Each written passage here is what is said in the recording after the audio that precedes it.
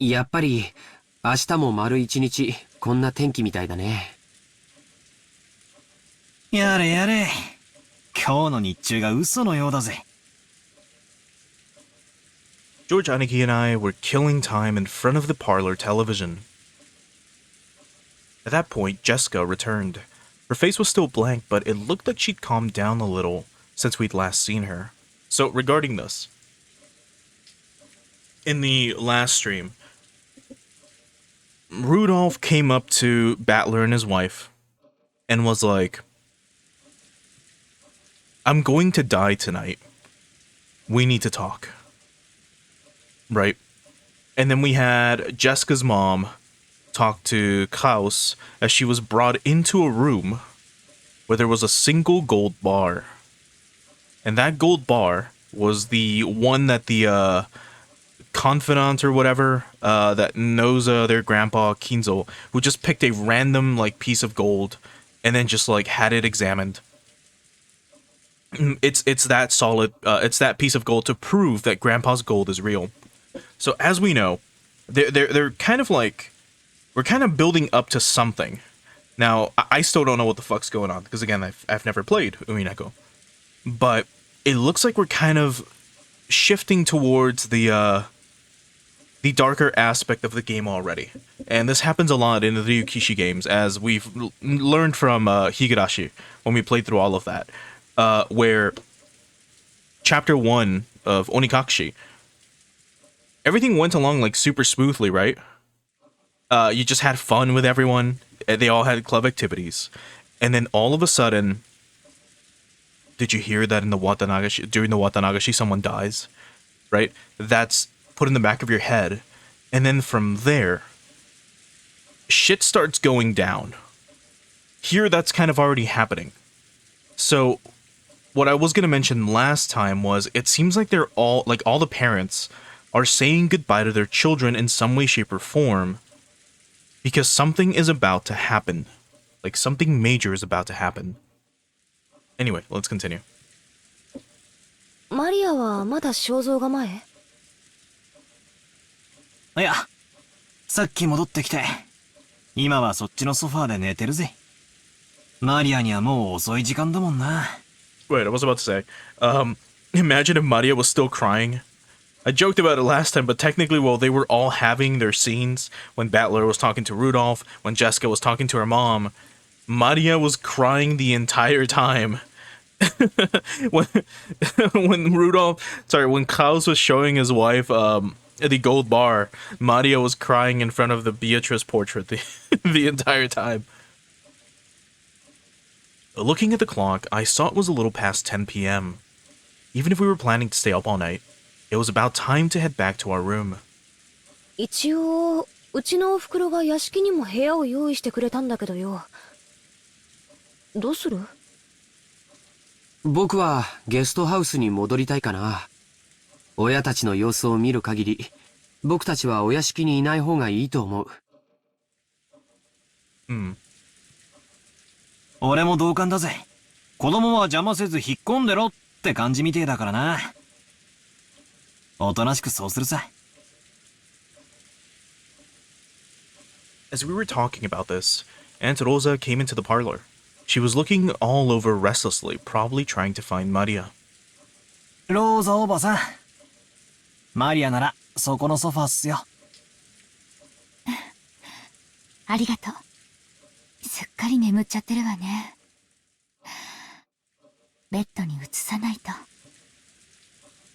よかったら、僕がベッドまで背負っていきましょうか。ありがとう。助かるわ。ジョージ君たちはゲストハウスに戻るの？それとも、夏日姉さんが用意してくれた部屋に泊まるのかしら？今話し合ってました。ゲストハウスへ戻ろうかって話になったところです。そう。なら、マリアも一緒にしてあげてもいいかしら。いとこのみんなと一緒の方が、きっと安心できると思うしね。Behind those words, she seemed to be concealing some regret that the adults, herself included, had deeply hurt Maria's feelings. 任してくださいよ、おばさん。何しろこっちにゃ、マリアをあやすことに関してはエキスパートがいるっすからね。それは僕のことかい？僕だけじゃ無理だよ。みんなでだよ。そうだぜ。バトラだってあんなにもマリアと意気投合してふざけ合ってたじゃねえかよ。As we said this, Aunt Rosa smiled, looking truly happy. みんな、ありがとう。私たちの話し合いは、だいぶ遅くまでかかりそう。だから、申し訳ないけど、マリアをみんなにお願いするわ。おーい、マリア。熟睡か？ゲストハウスに戻るぞ。Maria muttered something indistinct, rolled over, and fell back asleep. It looked like she was sleeping deeply. すっかり寝込んじゃったようだぜ。起こすのは悪いな。僕が背負うよ。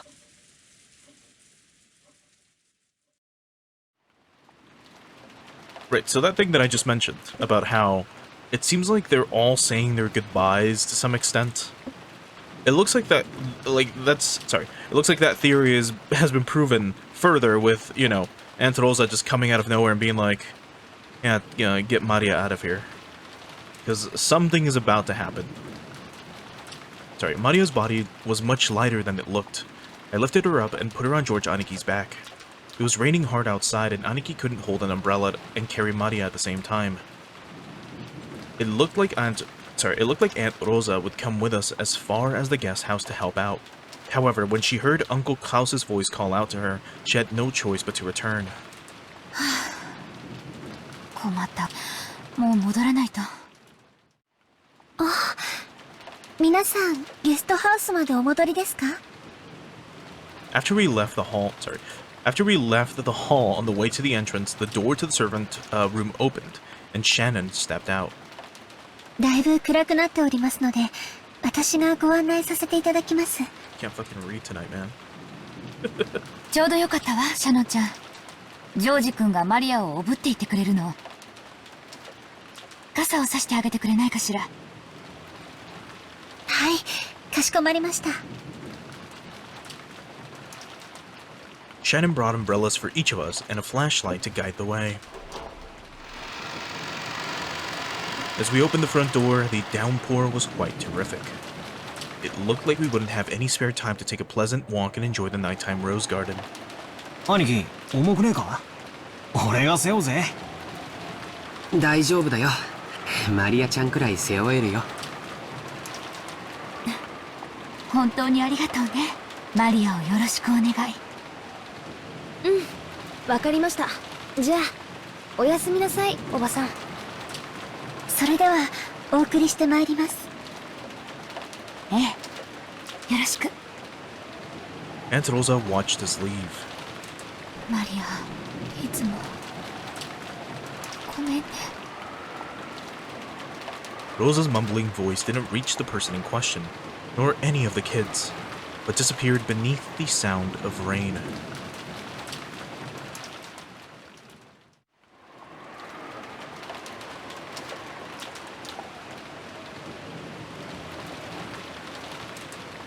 After cutting through the rainy rose garden, we arrived at the guest house. 俺がマリアを背負って立候補すりゃよかったぜ。そうすりゃ、傘を差してくれるシャノンちゃんのでっけえお乳を二の腕でたっぷり堪能できたってのによ。Come on, Battler. そんなつもりじゃないよ。誤解だよ。そうしないと、ジョージ様が濡れてしまうと思いまして。God damn it. ほーら、バカなこと言ってないで入るぜ。Also, hey Reno, thanks for stopping by over on the Twitch side. After being urged on by Jessica, we folded up our umbrellas and went into the guest house. お召し物を濡らしてしまった方はいらっしゃいませんか？タオルを用意いたしますが。そこまで気を使わなくていいぜ。ありがとよ、シャノンちゃん。そうだ。僕たちはこれからトランプでもして少し遊ばないかって話なんだけど、よかったら少し一緒しないかい？ Oh my god. You're gonna play cards in the middle of a typhoon. 今日のシフト、深夜勤は誰になってんだ？親族会議中は特別シフトになってたと思いました。少し変更も出てるみたいなので、ちょっと確認してきます。I've been doing fine right now. Hopefully you've been doing well too. ああ、わざわざ屋敷に戻らないとわからないんなら無理に。大丈夫です。ゲストハウスの使用人室でわかりますので。ちょっと失礼しますね。Shannon gave a quick bow and went into the guest house servant room. The rest of us headed for the cousin's room and decided to put Maria to bed for the time being. Maria was sleeping very deeply, and there was absolutely no sign of her eyes opening. For now, we get some soft drinks out of the room's refrigerator and drink those while playing cards or something. It has been. I normally don't stream at this hour. あれカノン君源氏様までこちらに。 Why are they here? 今夜のシフトはどうなっているのでしょうか？クラウス様の命令があってね。シフトの大掛かりな変更があったんだよ。うん。ゴーダがお屋敷の深夜勤に変更になった。シャノンとカノンはゲストハウスの深夜勤。私と熊沢はゲストハウスに泊まるようにとのご命令だ。お前も今夜はこのままこちらにとどまるよう。たった今電話があった。So yeah, like, alarm bells should be ringing in your head. Something is definitely gonna happen tonight. If I were to place a guess, it's about to turn into Scooby-Doo. Like, no joke. I'm willing to bet with... You've got the two buildings, right? The main mansion and then the guest house. While they're having their conference, someone is going to die. Or a lot of people are going to die, and there's going to be one survivor. Or maybe two. And we have to then play Clue. And look for clues as well. As we go throughout the mansion or some shit. We just need a dog, or I guess Maria can fill that role.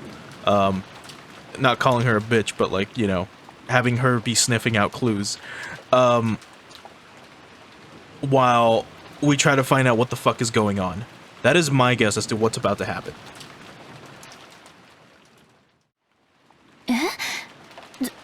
ずいぶん大掛かりな変更ですね。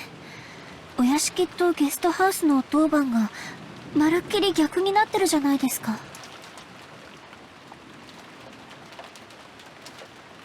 Originally, Shannon and Kanon had been assigned the night shift in the mansion, while the night shift in the guest house where all the relatives were staying...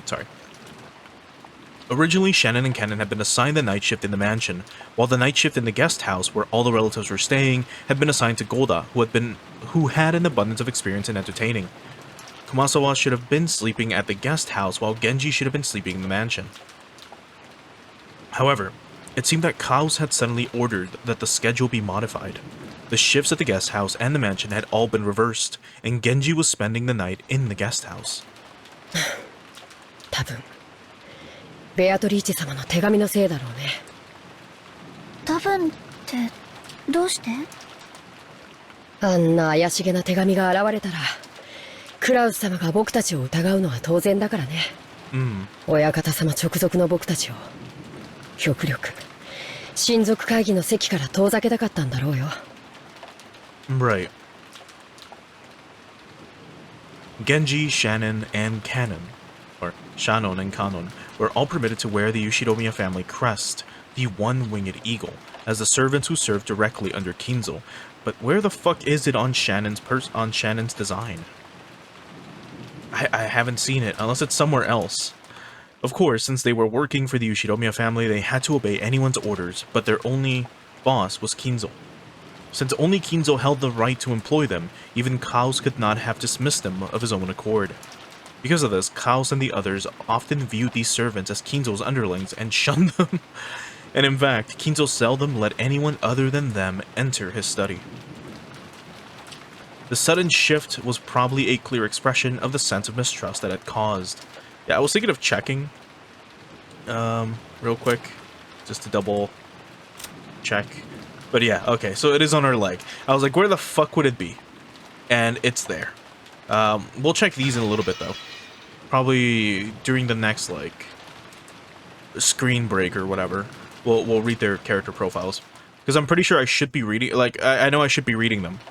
But it might explain a little bit more regarding the mystery that's about to take place. Anyway, the sudden change was probably a clear expression of the sense of mistrust that had caused. Considering the time Kinzo had left to live, this would definitely be the last family conference before the problem of the inheritance came up. On top of that, the mysterious letter that claimed to be from Beatrice had dropped out of the blue. Klaus definitely wanted to keep Kinzo's loyal subjects away from the table of such a delicate and important discussion. ではすまんが、もし何かあったらすぐに呼ぶように。今夜のお客様は特別だ。Our guest tonight? How's this written in Japanese? Is it bolded as well? ではすまんが、もし何かあったらすぐに呼ぶように。今夜のお客 Yes, 様 it は is. 特別だ。 It's courage. ではすまん、もし今夜のお客様は。はい、かしこまりました。源氏様。Genji nodded back, went behind a screen, took off his jacket, and slowly began to relax after a day's worth of tension. 今お戻りになられたのはお子様方。親族の方々はお屋敷で会議を。だいぶ長引きそうな雰囲気だったかな。なら気楽だね。これ以上の深夜になって、しかもこの天気。多分親族の皆さんはお屋敷の方のお部屋にお泊まりさ。多分ね。源氏様がいないから言うけど、ゲストハウス行きになってちょっと嬉しかったかな。どうしてだい？意地悪な奥様やエヴァ様から離れられたから？それとも別の理由があるのかい？別の理由なんかありません。そっか。なら二人で深夜勤を頑張ろう。よろしく姉さん。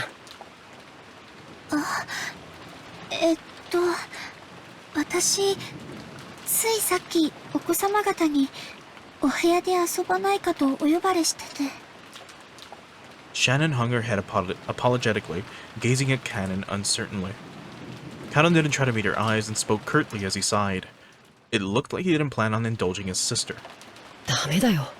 深夜勤を仰せつかってる。それに僕たち家具には遊びのお誘いは必要ない。わかるね。そんなことわかってます。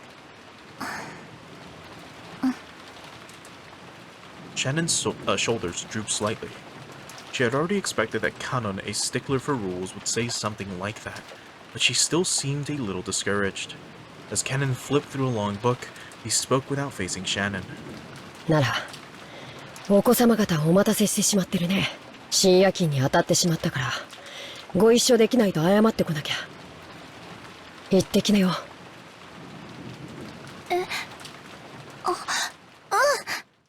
私謝ってくるね。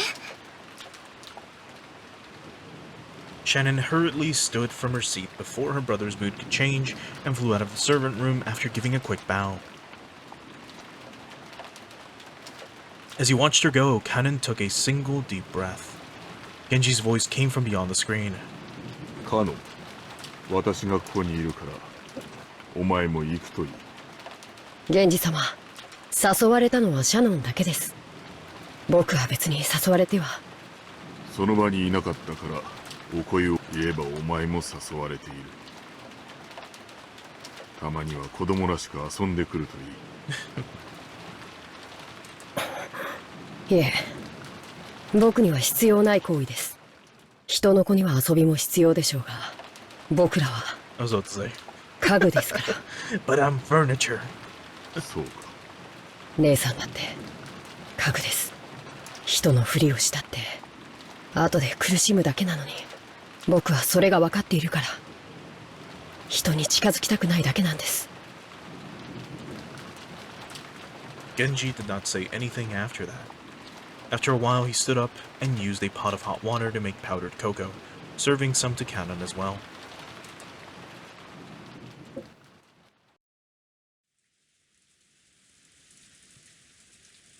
そりゃ本当かよ。そりゃ知らなかったぜ。バカ、声が大きいぜ。マリアが起きちゃうだろ。 Battler was so surprised that he yelled obnoxiously and scattered his cards everywhere. His voice caused Maria to turn over once, but she soon fell back into a deep sleep. Jessica gave him a jab and he lowered his voice. いや、しかし言われてみれば確かにそれっぽい雰囲気はあったんだよな。なるほどな。ジョージの兄貴がな。 George couldn't be seen anywhere in the room. A short while ago, when Shannon came into the room, George suddenly said that he'd forgotten something in the mansion and needed to go back and get it. Shannon said she would guide him, just like she had on the way to the guest house, and the two of them departed together. Ooh.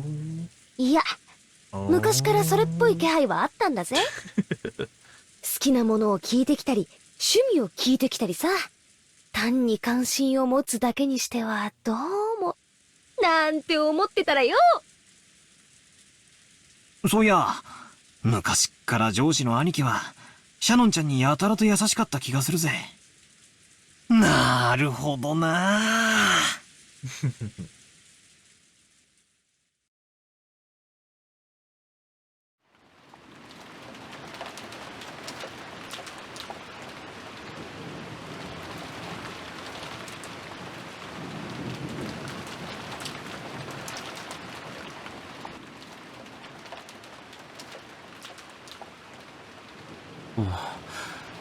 天気予報によると今夜が一番ひどいみたい。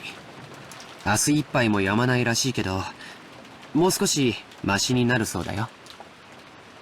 そうですか。では明後日までは船は来られないかもしれませんね。ジョージ様の月曜日のお勤めに差し支えが出ないか心配です。台風が来ていることは知っていたからね。万一に備えて月曜日には予定を入れなかったから大丈夫さ。こう見えてもスケジュールは先読みできるタイプなんだ。George puffed out his chest, acting proud. Compared to the calm appearance George always had as the oldest cousin, he now looked amusingly like a little kid. Shannon chuckled at his abrupt contrast, or at this. さすが、やがては会社を起こされる方はしっかりしていますね。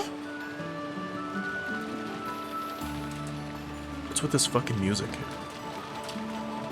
A murder is taking place right now and we've got like cheerful music playing? やっぱり会社を起こすというのは大変だね。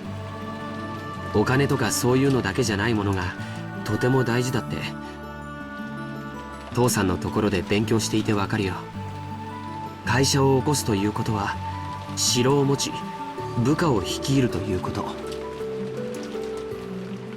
うちの父さんは秀吉って名前だけあって戦国武将のエピソードがとても好きでね。会社経営の哲学をよくそこから語るんだ。知ってるかい？戦国最強の騎馬軍団と恐れられた武田信玄も最初は部下たちの結束がバラバラで統率力をまるで発揮できなかったんだそうだよ。そうなんですか？なんだか意外ですね。信玄は部下たちを結束させるため数々のリーダーシップを発揮してるんだよ。例えば戦場で武功を立てた部下に対しすぐその場で褒章を与えたり、普通こういうのは戦が終わってからまとめてやるものだからね。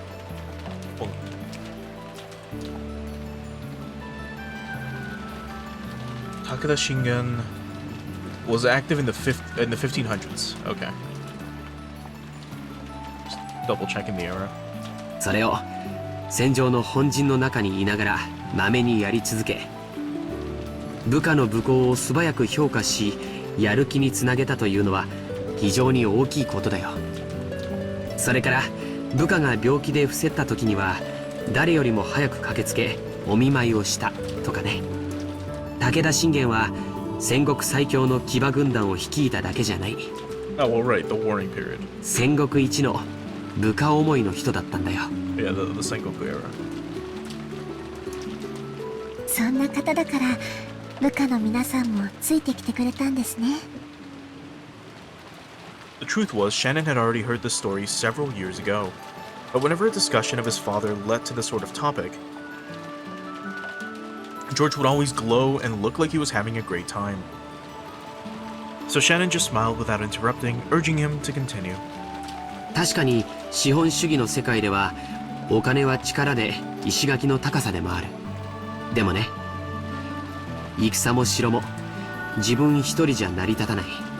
大勢の部下に支えられ、その力を借りて初めて成立するものなんだよ。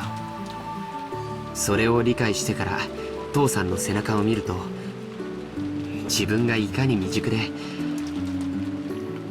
父さんがどれほどの切磋琢磨をして今日を築き上げてきたかがよくわかるんだ。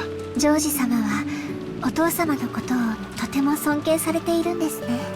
羨ましいです。あ、ごめん。別にそういう意味で。すみません。私も別にそういう意味で言ったつもりは。 Get a room. The two of them awkwardly looked at their feet. Shannon had no parents. She had been brought up in an orphanage owned by Kinzo called the Fukuin House.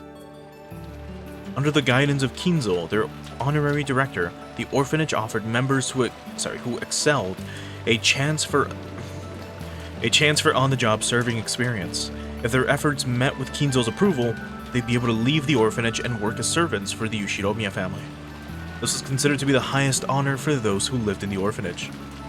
Servants from the Fukuin house all took names with the character On in them while they served. So Shan On wasn't her real name. The same went for Kan On. All of the members of the Fukuin house were orphans. At least they were all people who had been separated from their parents under special circumstances. Because of this, the orphans had been taught to think of each other as their own family. That's why it seemed so natural to both of them when Kennen called Shannon his sister.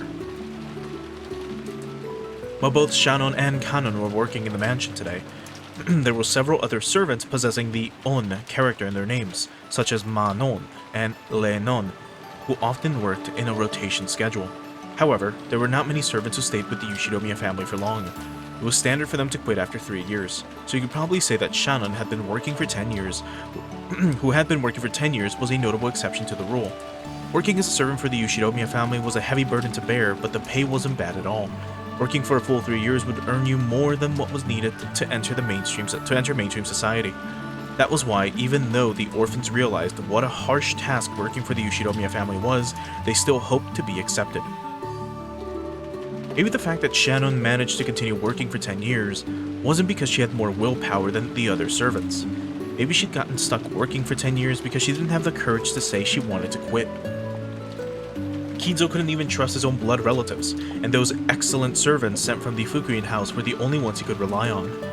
Because of that, Kinzo would sometimes allow them to wear the family crest as servants under his direct control, and have them work close to him. もう勤めて10年近くになるんだっけ。だいぶお金も貯まったんじゃないかい。どうでしょう。別に私買いたいものも特にありませんし、ほんの何百万かあったってそれで残りの人生を過ごせるわけもありませんし。I mean, it's not, but you could buy a Mazda RX-7, you know? It's 1983? 6. 1986, so you can get an Infiniti, you can get a Savannah. That'd be fucking nice. I want a fucking RX-7. 目標の額があってお勤めを続けてるわけじゃないのかい？そうですね。私はこのお屋敷以外に行くあてもありませんし、お嬢様とも他の使用人の子たちとも仲良くやれてますし、奥様には時折お叱りを受けますけど、バラの世話やお屋敷のお掃除も楽しいですし。でもそれはシャノンちゃんのサヨちゃんの人生じゃない。 Okay, so yeah, her name was... I thought her name would have been like Shan, but I guess I just modify it a little bit. Called her by her first name. Shannon cast her eyes downwards when she heard her real name. She understood what George was trying to say and fell silent. 僕は成人し社会人になってからも勉強して分かったことがある。子供の頃僕らが思っていたほど人生は単調で短くないんだ。 All school-age kids have certain fears they can't shake. They wondered whether they'll live for the rest of their lives like sleepy classes. What? They wonder whether they'll live the rest of their lives like sleepy classes after a monotonous and boring school day. What a weird sentence. It makes sense, but it's very weirdly written. Spending their time in a carefree laziness without anything interesting happening until it's all over. However, life is only like that for underage students. Compared to a human's life, the time they spent as students is nothing more than the blink of an eye, a period where they break through the shells of their immaturity. The inside of the shell might be a hot, suffocating, and boring world. But the world beyond that shell is vast and filled with limitless possibilities. 君の人生はまだシャノンという殻の中でしかないんだ。君は自分の人生がこの生活のままずっと続いていくと勘違いしてるんじゃないかな。それは。Shannon couldn't deny those words. She'd been unable to harbor any clear doubts about her lifestyle. And since she never had any hope or goals for changing herself, she'd lazily continue living the way she always had. And if asked whether this life was satisfying, she wouldn't have been able to nod. She may have been intentionally averting her eyes from the truth. Without George's admonishments, she would have continued pretending not to notice as her real life slipped away bit by bit, neglected. ジョージ様、私はこのままでいてはいけないのでしょうか。 Now she's asking for reassurance. So, well, I'll mention this afterwards. We'll let them have their moment. いけないよ。あ、それから今ルール違反が一つあったね。 George immediately gave a strict answer, then broke out into a mischievous smile. Shannon already knew what she was being chided for, and she hung her head again, apparently embarrassed. 僕たちしかいないときは様はなしの約束だよ。約束ではですが、ご命令でしたら聞かないわけにはいきません。私は家具ですから。じゃあ命令だよ。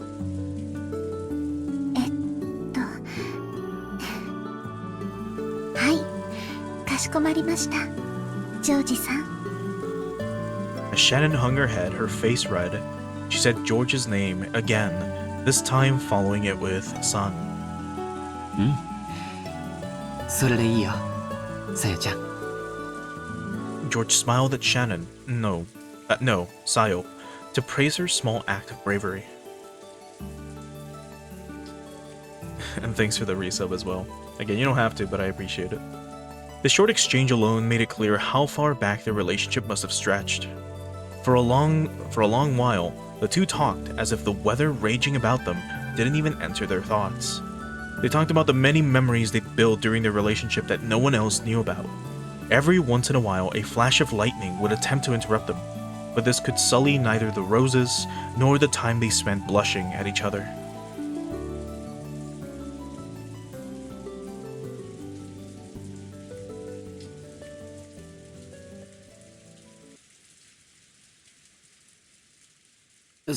そうだ。君に見せたいものがあって。Okay. Well, they had their little moment, so I can speak now. So, one quick thing before we do continue, and it's specifically regarding the game. So we know there's magic involved in this world, right? As far as we know, magic is real. And by that I mean, we're kind of like led to believe it because of alchemy, because Beatrice is a witch, and so on and so forth, right? Now, that scene we just had might have just been touching, right? I mean, without me like speaking over it or kind of joking around a little bit. In general, it's a heartwarming scene. It's two young lovers getting closer together as people. And the way Ryukishi does it is very cute, right? He's like, oh, he's gonna call her by her real name, and Shannon will refer to him in a casual manner instead of referring to him as, you know, someone who's above her. But this is Ryukishi we're talking about. And there's a very specific word or phrase that was used. We kind of scroll up a tiny bit. Just go back to where was it? Well, it's not gonna take us all the way back. But George specifically,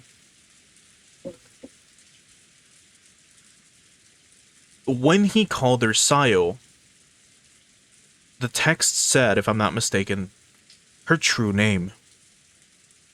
Now, if you know anything about magic, or, you know, the world of black arts or whatever, true names are very important, right? The short of it is, usually a wizard or a witch would go by a pseudonym, because knowing their true name makes them susceptible to, well, curses and so on and so forth, right? If you know someone's real name, you can curse them. George just referred to her by her name, her true name. This was mentioned just casually, as just a thing. It's like, oh, by the way, her name's not really Shannon, it's Sayo. Just so you know, because all the servants take on the Yushinomiya, suffix of on at the end, and their name is kind of changed a little bit. Now, I'm pretty sure this is specifically done by Kinzo to protect them against, I don't know, enemy mages or some shit, perhaps. So that's something to keep in the back of your fucking head. Because, again, I'm pretty sure that's going to be very relevant. If you had no idea any of this, is a thing, if you had no interest in magic, if you had never, looked into this for whatever reason, or alchemy or whatever, this means nothing. You would have just been like, oh, okay, cool. So her real name is Shannon. Oh, or Sayo. Oh, that's cute. It's not Shannon. And then you just continue with the story. And then 16 hours from now, Beatrice is going to be cursing her and she's going to be crucified or something. And the only reason she was able to crucify her is because she knew her real name, because she was outside their fucking window listening in on this conversation right now. Or outside the door listening to them flirt or whatever. Yeah, I keep forgetting George is 23 and she's 16, but technically this is 1986, so that shit doesn't matter. For all we know, Shannon, if left in the orphanage, was gonna die at the age of 22. Anyway, back to the story. なんでしょうか? George, who had been speaking eloquently, suddenly started to stutter. Watching him, Shannon seemed to guess something. George timidly searched through his pocket. Something caught in the depths of his pocket, and just like the stuttering George, it took a little while to get it out.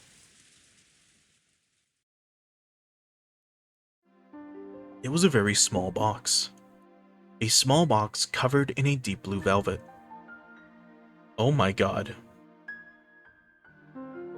That peculiar shape was enough to tell anyone what was resting inside. Was George missing his ear in the last scene? I don't think he was, so it's not that. Shannon had prepared her heart somewhat, certain beforehand that this is what he'd been planning. But even so, when she actually saw it, she couldn't avoid blushing once more. George opened the small box took something out, and held it out for Shannon to take. これを君に受け取ってほしいんだ。このような高価なものは、お受け取りできません。受け取れない？いえ、こんなもの、私には、過ぎていて。さよ、これはお願いじゃない。命令だよ。この指輪を受け取って。ね。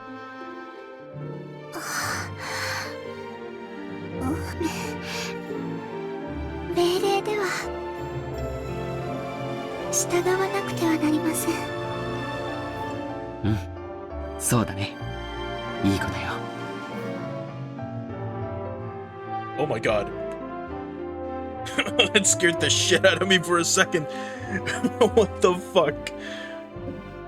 She looks so much different. But here we have our, like, second PS3 CG of the game. Her fingers look so weird and disproportionate. Especially her index finger. On the left hand. Or, well, her right, our left. It's so thick compared to the other finger shapes. Oh, that's so bad. Anyway, I won't criticize the art too much. But anyway, here you go. Here's Shannon looking starstruck, I guess.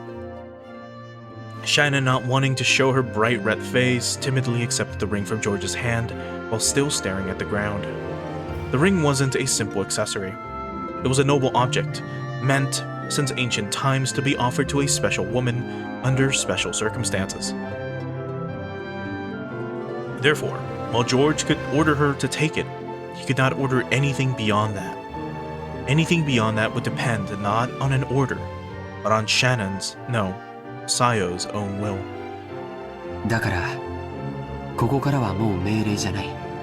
さよ、明日までに言葉でない形で返事がもらいたい。わかるね。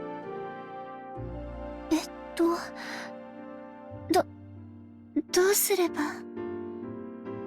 もうこれ以上は命令じゃないから、僕は君に命令はしない。でも、指輪は指にするものだからね。気に入ってくれたなら、好きな指につけてくれればいい。Shannon had only pretended not to know.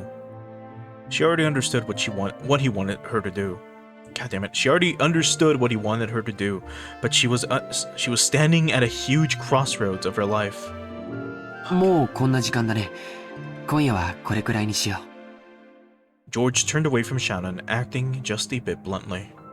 君に左手につけてほしいと命令することもできるかもしれない。君も命令されればそれに従えるという臆病な甘えがあるかもしれない。でも最後のここだけは君のさよの意志でしてもらいたいんだ。わかるね。はい。だからそれが命令。今夜よく考えて明日その返事を見せてほしい。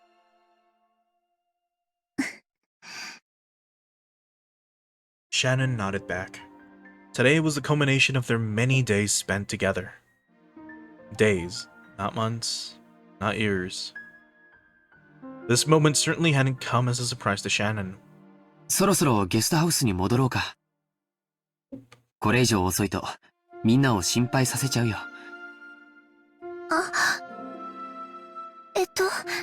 すみません。私、お屋敷にいようを思い出しまして。お屋敷へ行かねばなりません。こんな時間に本当かな。George stared into Shannon's face as he laughed mischievously. He definitely saw through Shannon's lie. However, when he saw how she felt, he could sort of understand that she might be so embarrassed that she'd want to be alone. So, because George realized the meaning behind Shannon's lie, he accepted it.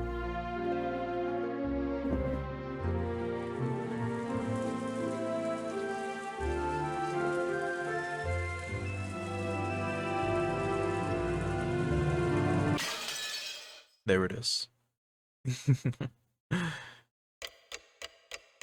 Okay. It's now 11. Oh boy.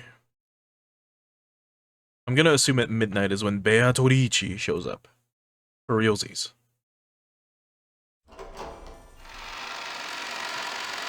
Alright. Before we continue, let's read the profiles real quick. So, let's start from top. Let's go from top to bottom, left to right. So, Ushiromiya Kinzo, the aged head of the Ushiromiya family. Even though it has already been announced that he has just a few months to live, he's brimming with energy. Though he amassed a vast fortune in the past, he never made any announcements regarding the inheritance, which worries his children. He is strongly influenced by the West and is a rabid fan of the occult. His study is packed with mysterious grimoires. Okay, and there's his full attire. He looks really silly in my opinion. But that's... God, his shoes are weird. They're pointed shoes as well, which is something. Anyway, Ushiromiya Kraus, Kinzo's first child. As the oldest of the 4 siblings, he leads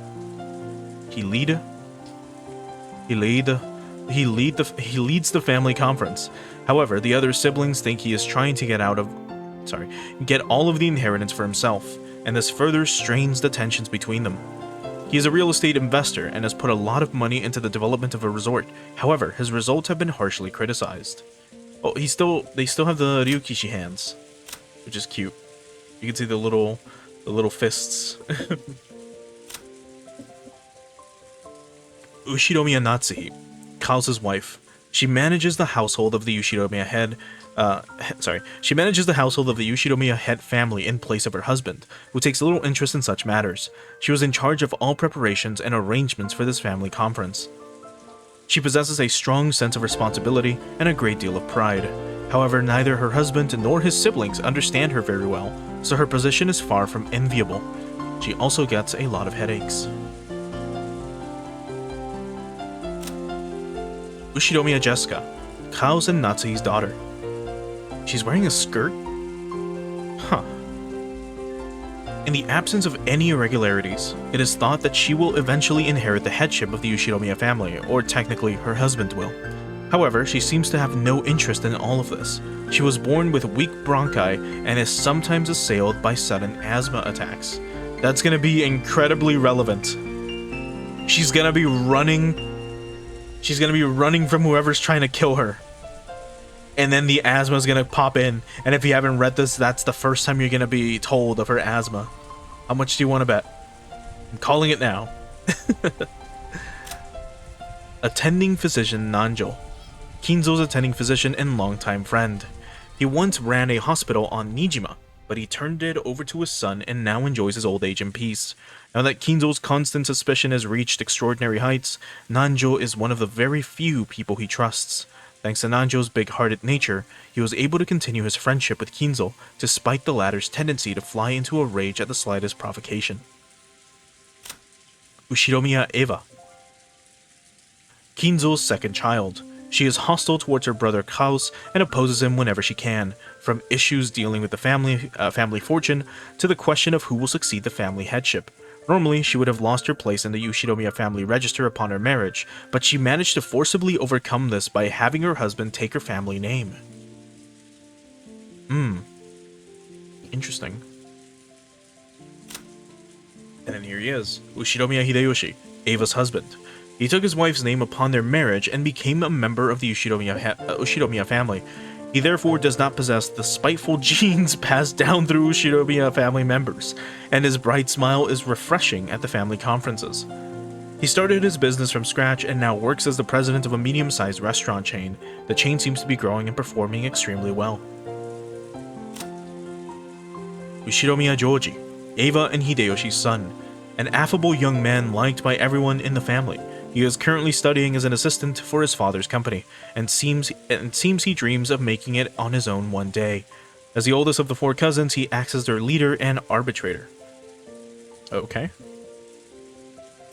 Ushiromiya Rudolph, Kinzo's 3rd child. Along with his sister, Eva, he intends to make his voice heard during the family conference to prevent their oldest sibling, Klaus, from keeping all of their family's wealth for himself. His former wife, Asumu, passed away 6 years ago, and he married his current wife, Kiria, shortly after that. Ushiromiya Kiria, Rudolph's 2nd wife. She had already worked alongside him for some time before the death of his first wife, at which time she openly took the position of his wife.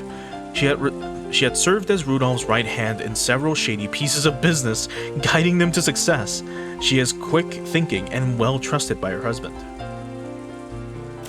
Ushiromiya Battler, the son of Rudolphu and his first wife Asumu. When his father married a 2nd wife shortly after Asumu's death, Battler rebelled and went to live with his grandparents on his mother's side. However, both of these grandparents passed away, and he has now returned to the Ushiromiya family after 6 years. This family conference is a chance for him to renew his friendship with his cousins after a 6-year gap.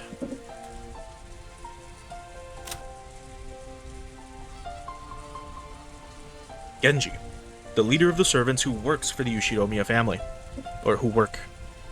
He has served Kinzo longer than any other, and is the person most trusted by the old man.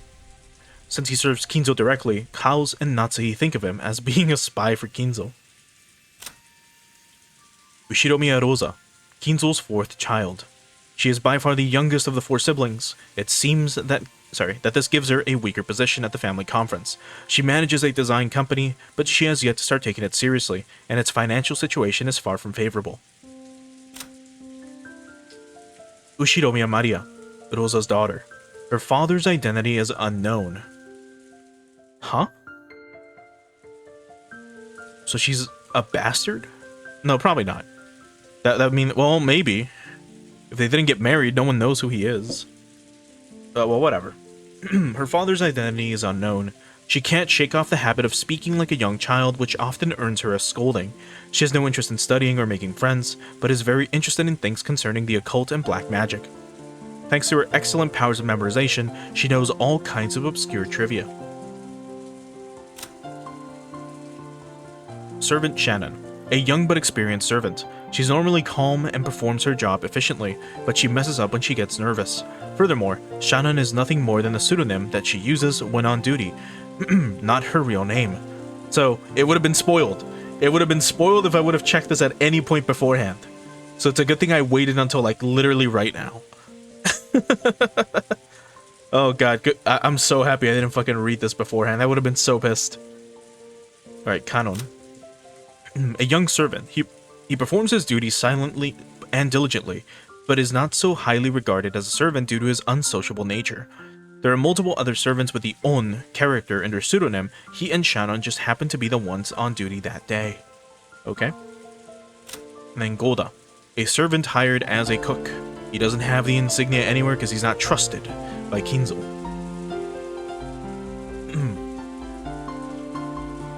He hasn't served the family long, but through his earlier jobs and previous experience, he has cultivated a talent for entertaining guests. Because of this, he is highly regarded as a servant.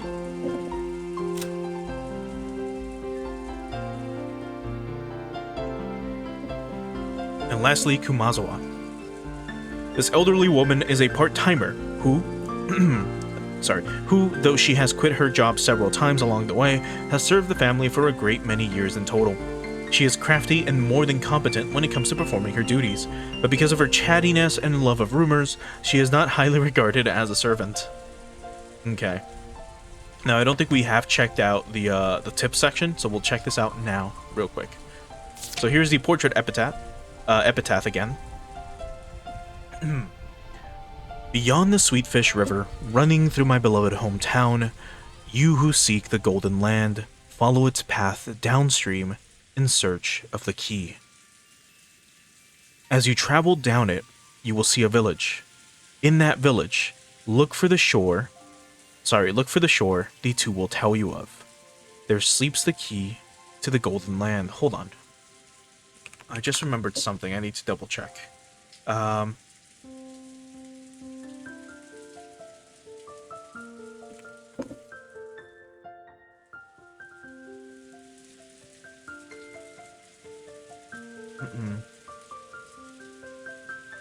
Just double checking. No. Okay. For a second there, I thought maybe they were referring, because I've talked about this before throughout the playthrough, especially when we reach this the epitaph riddle, that the river doesn't necessarily have to be a literal river in some mountain town. And I thought for a second, what if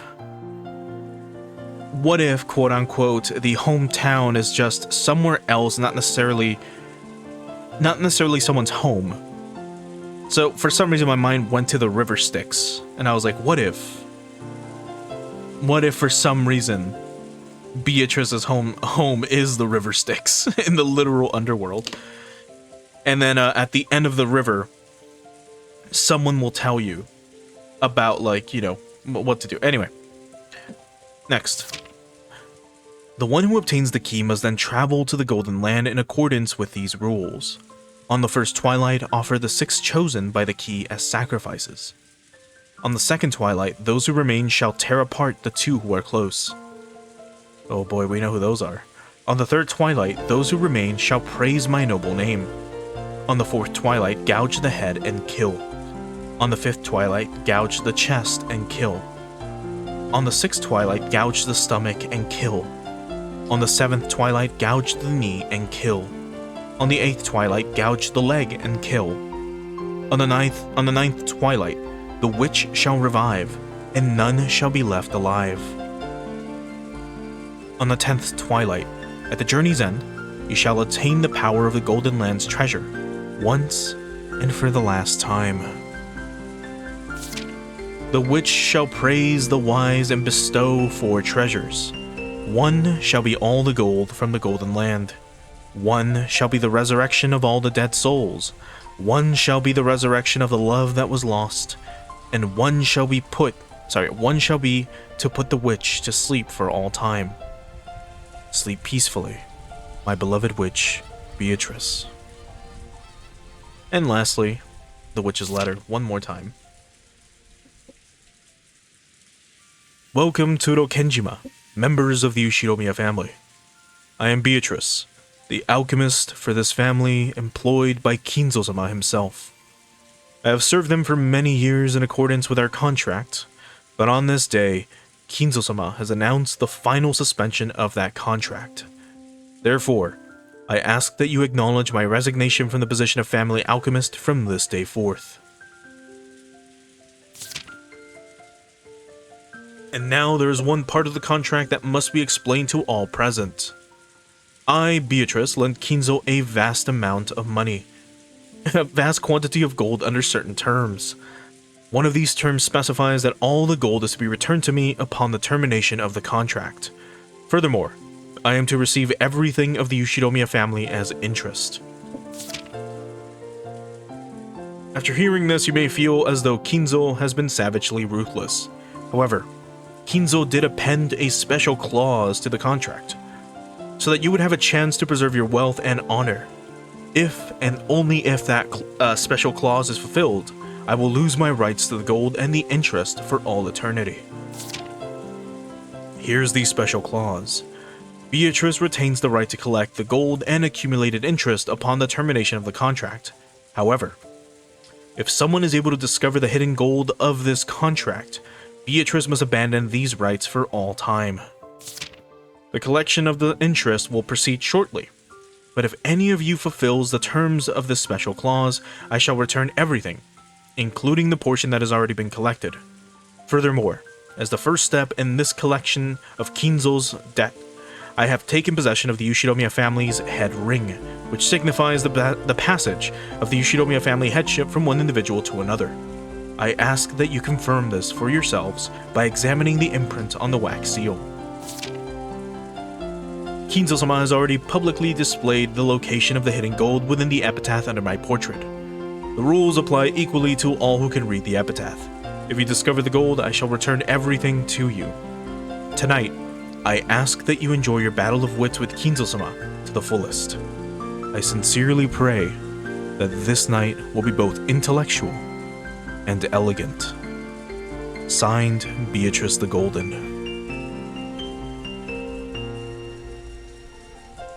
Anyway. But yeah, I do remember you mentioning that they get updated frequently, but I kept forgetting. But so I was excited for a moment. I was like, oh, good thing I didn't check it. So I guess we'll try to check before each stream is over from now on, I guess. Shannon entered the mansion hall to the mansion with a tottering gait. A mixture of exhalation and uncertainty gave her a feeling that she couldn't easily describe. It swelled up in her chest until it felt like she was about to burst. After stopping for a second in front of the servant room to take a deep breath and calm her heart, she opened the door. Inside, Golda, who had been ordered to take a midnight shift at the mansion tonight, was absorbed in a worn-out crossword puzzle magazine. He looked up for an instant to see if one of the family had come, but when he realized it was a fellow servant, he returned to his puzzle as if nothing happened. 源氏様より郷田さんのお手伝いにつくように言われてまいりました。ああ、そうですか。それは助かります。そろそろ戸締まりの見回りに行きたかったのですが、ここを開けてもいいものか困っていたのです。何しろ、旦那様方の会合はまだだいぶ続きそうですからね。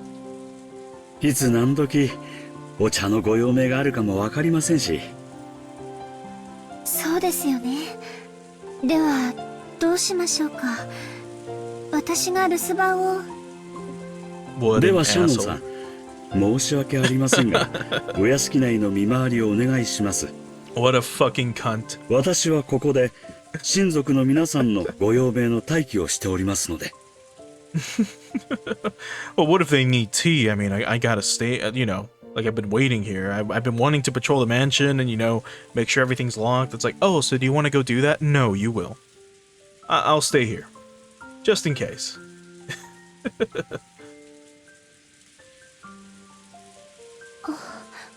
Hi. What a fucking asshole. Shannon was slightly disgusted. Even though she'd come here to help out as a favor, she was casually being forced to do the job of the person actually on duty. Furthermore, after one-sidedly forcing that task on her, Golda returned to his magazine once again and became immersed in his crossword puzzle. Shannon bowed her head as a token sign of respect for her elder, then left the room to patrol the mansion. Thanks to her being a bit ticked off, she managed to suppress that floaty feeling she'd been having until just now. And anyway, she couldn't let Genji or Kanon see her looking like this.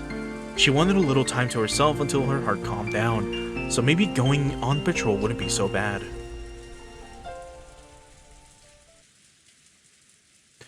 She began to hear the tumultuous voices of the family discussion coming from the dining hall.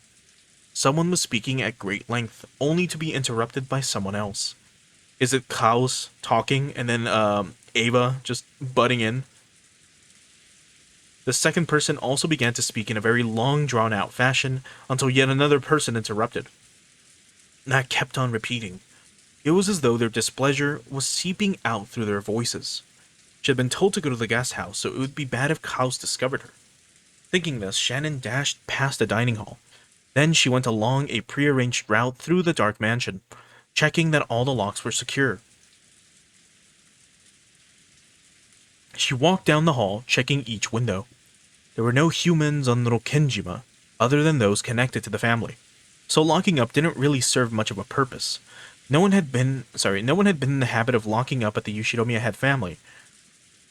At least not until Natsuhi had scolded them for being careless. The metal fixtures on the windows were ice cold, and as she checked them one by one, the glow in her heart seemed to cool down.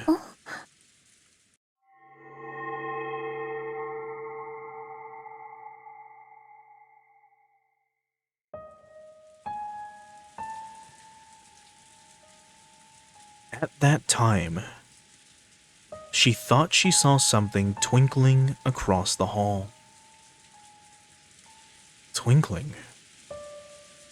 How could anything be twinkling through the darkness of the hall? She figured she must have been imagining it, but she still held her breath. Grasping a curtain, she fearfully gazed down the hall. However, other than the occasional crack of thunder brightening the hallway, she was unable to glimpse any flicker again. It must have been her imagination after all. Maybe her heart was so agitated that she'd seen something that didn't even exist. Shannon went back to checking the windows. However, a certain unnerving memory was resurrected in the back of her mind.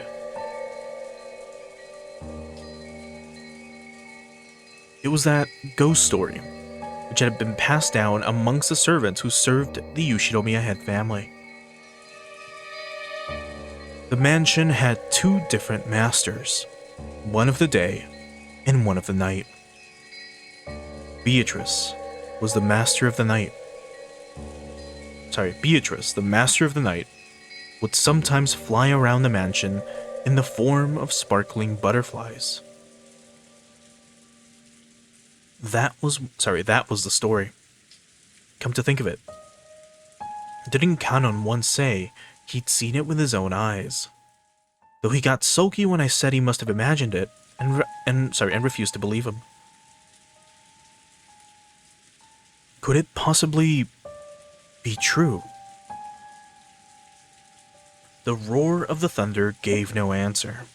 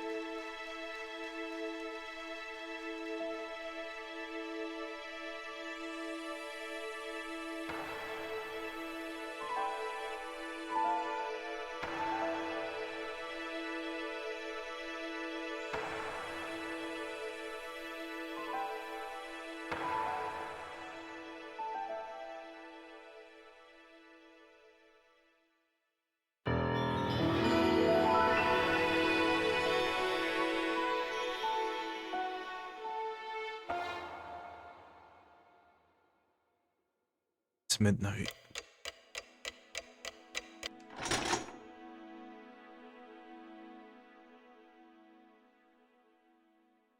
Although not anymore.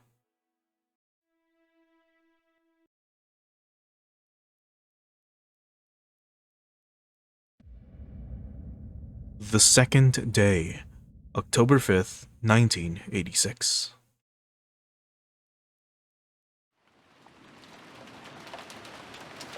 I was genuinely expecting for the camera to pan over to Beatrice's portrait. You know, like when we went down the hallway, down the stairs, then we saw the portrait at a distance, and then it zoomed in on it. We stared at Beatrice for like 15 seconds, and I was expecting a lightning bolt to strike in the distance. and then for her eyes to make eye contact with you. That would have been very creepy. But it not doing that was even creepier. Genji tightened his bow and looked outside through a crack in the curtains.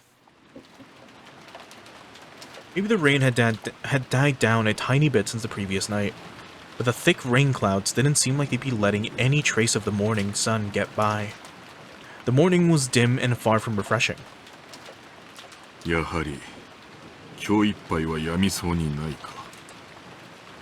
お待たせしました、源氏様。Kanon finished checking his appearance and exited the washroom.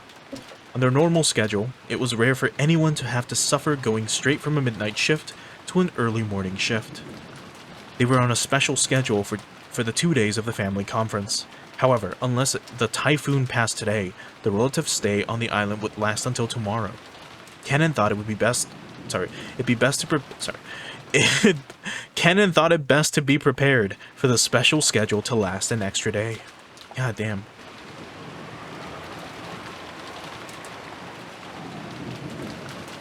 Okay. Let me make a save just in case. So thanks for the heads up. The two of them left the guest house, opening their umbrellas. The rose garden had been devastated by the winds and rain on the previous night. Even though they'd spent several days making it beautiful to welcome the guests, one stormy night was enough to ruin it. Kanon sighed. The two headed for the mansion. They were supposed to meet up with Goda to prepare breakfast. Goda was such a perfectionist that he had probably already woken up and was probably already preparing a breakfast as exquisite and elegant as glasswork. They reached the overhang by the entrance to the mansion and folded up their umbrellas. Genji took a bundle of several keys from his pocket and unlocked the front door. Yoshiromiya family mansion was the only thing on Little Kenjima, so in the past they hadn't been in the habit of locking up. However, Natsuhi had ordered that the mansion be locked up from midnight to early morning. Oh. Interesting. One of the rare times we see a non-patched background. But here you get a little glimpse as to like how this technically would look in quote-unquote modern day. Or in the modern day. By that I mean how it was depicted on the PS3 version. Compared to the actual images that were taken by Ryukishi and his team when they went to whatever mansion to take the pictures for this novel. But anyway. Ever since then, unlocking the door in the early morning had become a part of the servants' morning shift. This task had been given to Genji and Kanon so that Goda could start preparing breakfast as soon as he woke up. Since he had fallen in the mansion, giving the impression... Hold on, what happened? You could skip ahead by a sec. Silence had fallen in the mansion. Holy shit, since he... I can't fucking read today. Silence had fallen in the mansion, giving the impression that the mansion itself was still asleep. Fuck, dude. Hi.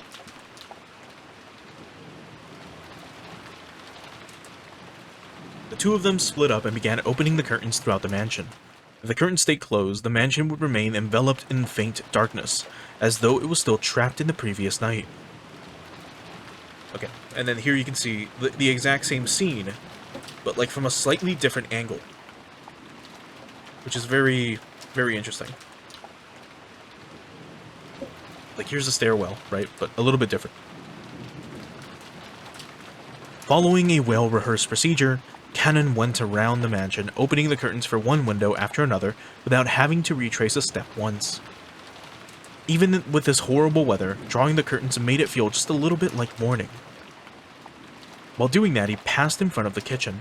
Even though he hadn't smelled anything yet, his stomach started aching for some of Golda's prized cooking. おはようございます。 He tried to greet Golda, who should have been getting breakfast ready, but Golda was nowhere to be seen. The kitchen was darkly lit, and not only were the curtains not open, but the fan wasn't even running. It was still cold without any trace of a fire being lit, so of course there were no signs of breakfast being made either. Though it would have been inexcusable, perhaps Golda had overslept. Even servants are only human. They sometimes sleep in and show up late. In the rare occasion that such a thing happens, it's part of the servant's code to hide the unsightly scene before anyone notices, smoothly cover it up, and make sure the family never even realizes that anything has gone wrong. Kenan took the receiver of the phone that had been fitted to the wall and dialed the number for the extension line in the servant's sleeping room. He couldn't hear that characteristic sound of a dial tone. Kenan tried picking up the receiver again, but even so, he couldn't hear the usual dial tone. He tried dialing again, but it had no apparent effect. Could the lightning last night have damaged some machine breaking the extension line? The equipment in this mansion was all worn out. Kenan fully understood that even the smallest thing could have caused it to break down. He gave up trying to wake Golda with the phone and dashed over to the servant's sleeping room.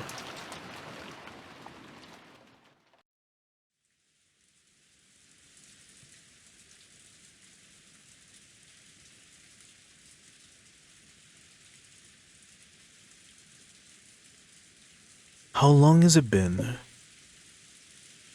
since I stopped sleeping and started lazily staring up at the ceiling? That vague sense of awakening was part of Natsuhi's usual morning experience. She always slept lightly. She couldn't sleep at all without medicine. To Natsuhi, sleep was definitely not a happy thing. When she looked outside, she saw that it was still pouring. If she hadn't sensed a tiny amount of light, she might have mistakenly thought that it was still the previous night. She herself was one of the hosts, so she mustn't wake up later than her guests. Urging herself on, she raised up her body, which still hadn't completely recovered from yesterday's weariness. No one would torment her as long as she remained inside this room, and her headache wouldn't get any worse here. This room was the only place she could find peace. So when she left, it meant returning to the world where her husband's siblings kept trying to stab each other in the back. In that case, wouldn't it be better to just stay locked up in this room forever? That ridiculous notion brought a bitter smile to Natsuhi's face. She was starting to sound like Kinzo. Though she often complained about Kinzo staying locked up in his own room and refusing to attend to everyone else, the truth was that she longed to do the same.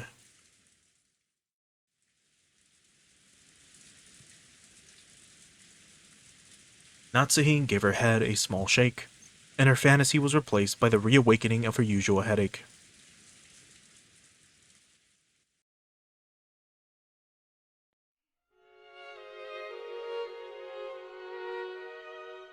When she reached for the doorknob, trying to leave the room, her hand touched the scorpion charm that she had hung from it before going to sleep the previous night. It was Maria's charm, which Natsuhi had received from Jessica. Didn't Jessica say something about it having the power to repel magic, telling her to hang it from her doorknob? Maybe it was thanks to that charm that at least this room had been protected from the malice of her husband's siblings. As she thought this, her mood began to get a little more cheerful. ジェシカのおかげで少しはゆっくり眠れたということかしら。 Then Natsuhi remembered. That's right. Last night I promised Jessica that I'd give her a charm of my own in exchange for this one, didn't I? Natsuhi opened a drawer on her dresser and took out an antique accessory case that she had treasured when she was a child. Inside there were many small objects that Natsuhi had thought were valuable at the time. From amidst those, she pulled out a red pouch. Inside was a small round mirror about 10 centimeters across. It looked quite old, but the design on the back of the mirror was very ornate, and it felt like something with historical value. At the very least, it seemed much more authentic than the other charm, which looked like a plastic scorpion keychain. She had heard that this was a spiritual mirror for warding off evil spirits, and she had been given it specifically by her grandmother when her grandfather's mementos had been distributed. It had been believed since long ago that a strange power resided in this mirror. Perhaps people thought it could reflect calamity and malice in the same way it reflected light. Natsuhi returned the mirror to its pouch. It would probably be a fitting object to hand over to Jessica.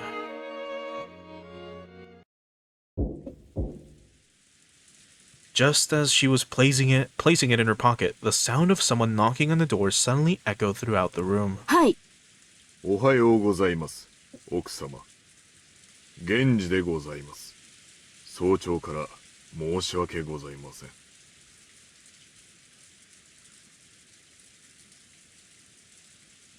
今行きます。何事ですか？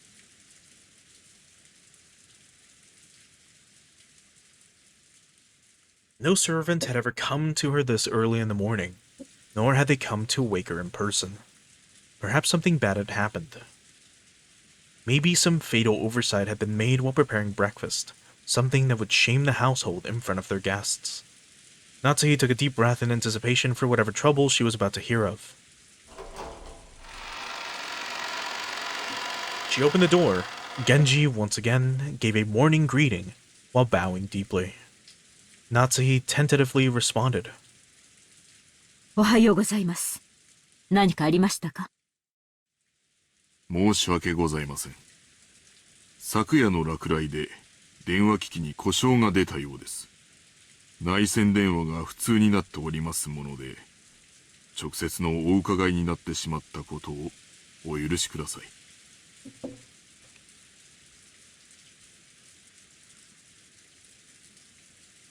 内線電話が普通？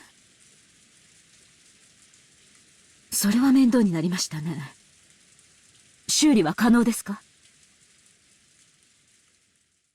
残念ながら故障箇所がわかりません。後で業者を呼んで修理させたいと思います。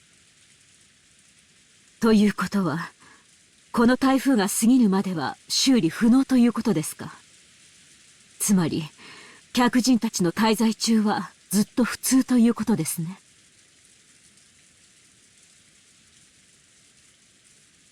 客人たちのお世話に支障は？出ないよう最善を尽くします。結構です。粗相のないようよろしく頼みます。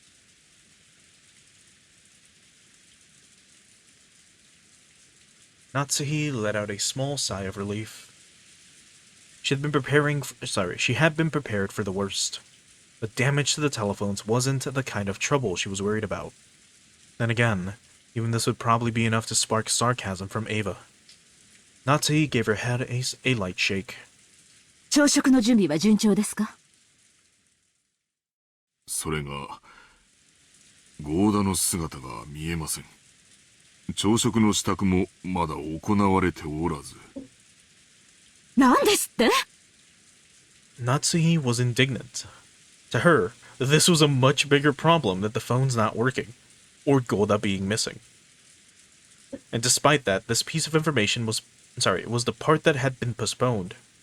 Why did everything go well most of the time and then come to something like this when the relatives were visiting? Natsuhi put her hand to her forehead and shook her head. 大方朝寝坊でもしているのでしょう。Did he sleep in? とにかく、誰でもいいから急いで朝食の準備を。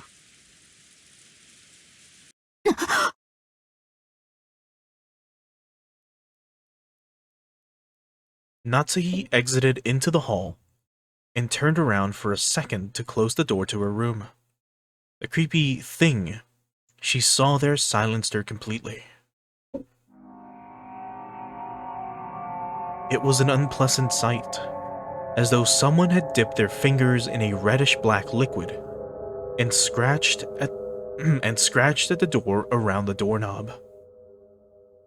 It was probably some sort of awful prank, arranged by some person who wanted to make it look as though they tried to force the door with bloody hands. これは悪趣味な。私も今ここにお伺いして初めて気づきました。後ほど清掃いたします。大方、趣味の悪い客人の冗談でしょう。不愉快です。実に不愉快です。So the charm did work. Who in the world would pull such a childish and disgusting prank?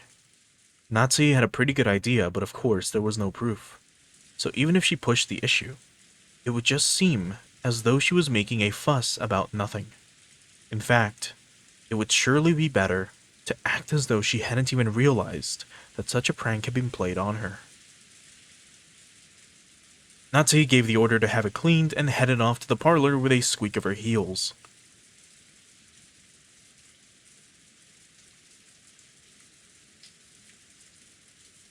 And now, very quickly, I doubt this is what it is, but in occult circles, you have things like mirrors are very important in magic, and the most common type of magical mirror that you've probably heard of is a black mirror, or also known as a scrying mirror. Those are usually used to for divination purposes. In some circles, it's to contact other entities. In other circles, it's just to where you kind of try to gaze into either the future or towards some location. Let's say you lose an item, right? You lose your pen in your room somewhere, and then use a scrying mirror to try to see where it is, and then you see it under your desk, in the mirror. So then you check under your desk, and there it is, right? It's a very vague example. Or a very simple example. I'm not sure that's what this is, considering it's Japan, but then again, it could be a scrying mirror for all we know. It can be used for more malicious purposes. Some people say don't look into black mirrors and blah blah blah. I won't bore you with the details. But that might be what she's gonna give to Jessica. I guess we'll find out later. When Natsuki and Genji arrived in the parlor, Ava and Hideyoshi were already there. おはようございます、皆さん。おはよう、夏日さん。朝食も合田さんが作るっちゅう話やないか。朝から胃袋が大喜びで騒ぎっぱなしなんや。本家の楽しみは食事くらいがせいぜいですものね。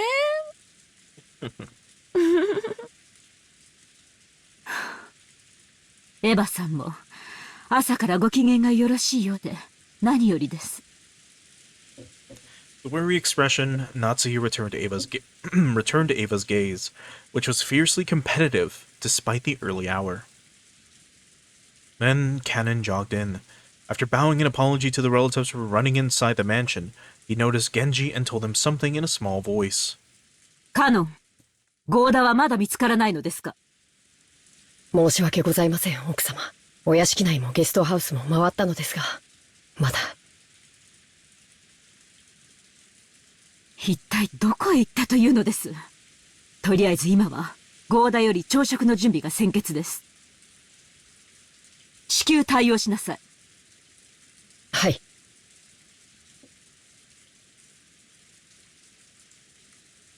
Cannon glanced at Genji.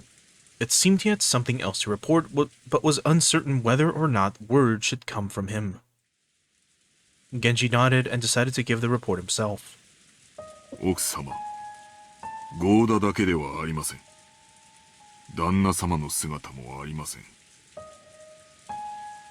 主人が？はい。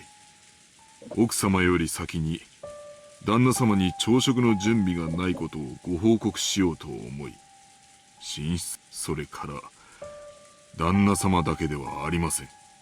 ルドルフ様ご夫妻とローザ様のお姿もありません。ゲストハウスにも？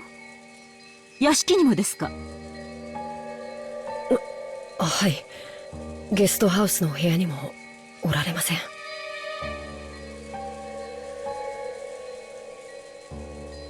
When she'd heard that Golda alone was missing, She'd assumed he had slept in or was loafing around somewhere.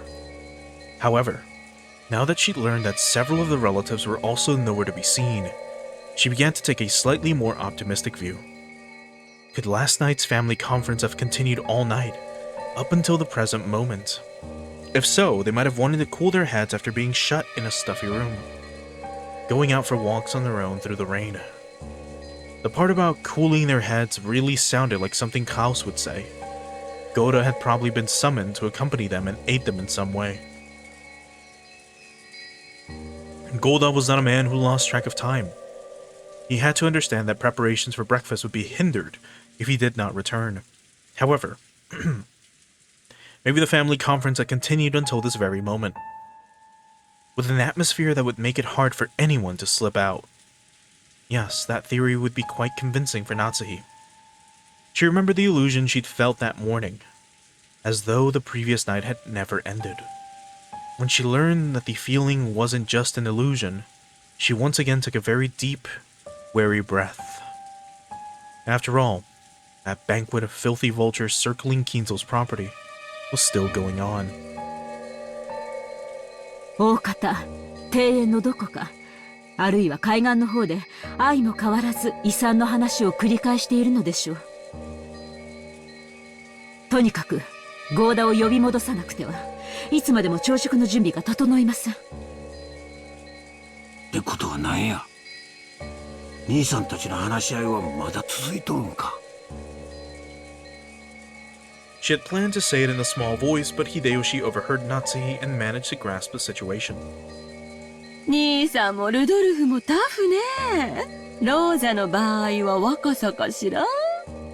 私たち夕べの24時過ぎにはもう眠くてベッドに戻らせてもらったんだけど、確かにあの時点でもまだ兄さんたちは熱論を交わしてたわ。男って熱くなると嫌ね。Natsuhi snorted, her face still blank. カノン、表を探してらっしゃい。ゴーダを見つけたらすぐに戻って朝食の準備をするよう伝えなさい。かしこまりました。夏日姉さん、表とは限らないわよ。お父様の書斎ってことはないかしら。なるほど、考えられん話やないで。どういう話の流れかはわからんが、お父さんの書斎に場所を移してお父さんにも混じってもらって議論を続けてるっちゅう可能性は十分あるやろ。そのような汚らわしい話題を好んでお父様が書斎へ招き入れることなど考えられません。あらそう。じゃあ仕方ないわね。源氏さんとカノン君は申し訳ないけど外を探してきてちょうだい。確かに兄さんなら頭を冷やすために外を散歩しようなんて言い出しても不思議はないわ。たとえこんな天気でもね。私はお父様の書斎に行ってくるわ。ひょっとするとそこにいるかもしれないしね。客人であるエヴァさんにそこまでのご足労はおかけできます。私が行ってきます。朝のご挨拶も兼ねて。あら、じゃあお願いするわね。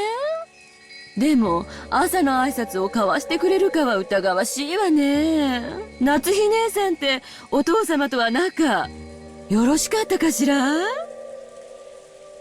仲が良いかは分かりかねますが、後宮家の跡継ぎの妻を許されるだけの信頼を得ていると確信しています。Now, before we continue, I will save real quick. Just in case. But also, let's quickly look at the characters once more. Well, actually, before that, it's this. On the first Twilight, offer the 6 chosen by the key as sacrifices. So,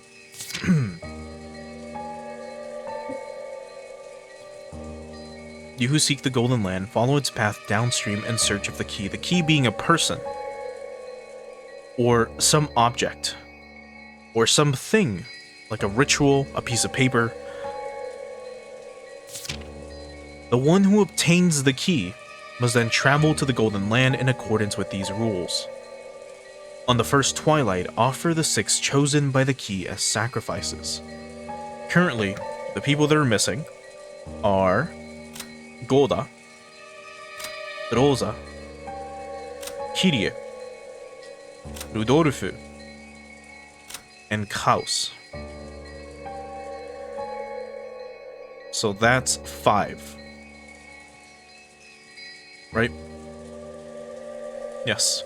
Currently 5 are missing. Quote unquote missing. Did they mention that Kumaza was missing? I don't think they did. I think she's just like they're like she's asleep. I'm pretty sure they haven't even looked for her. But it's Golda, Rosa, Kirie, Rudolfu, and Kaus that are missing at the moment. For all we know, Kinzel is also missing. That's a very interesting thing to note. So offer the 6 chosen by the key as sacrifices.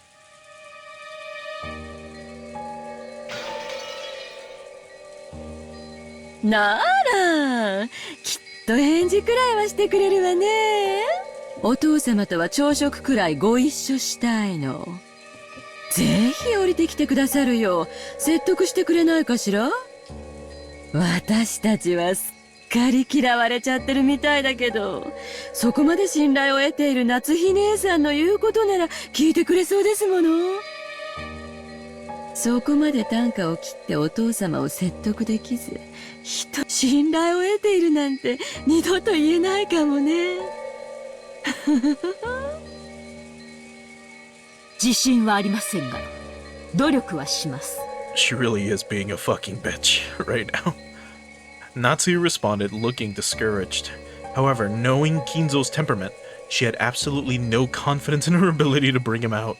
Ava was clearly mocking her, confident that Natsuhi wouldn't be able to get Kinzo to come down. But even so, Natsuhi would lose face if she gave up, saying it was impossible and letting Ava go instead. Ava's mean-spirited and unreasonable demand made Natsuhi clench her fist tightly. When Genji realized this, he softly spoke to her over her shoulder. 奥様、よろしければこれをお持ちください。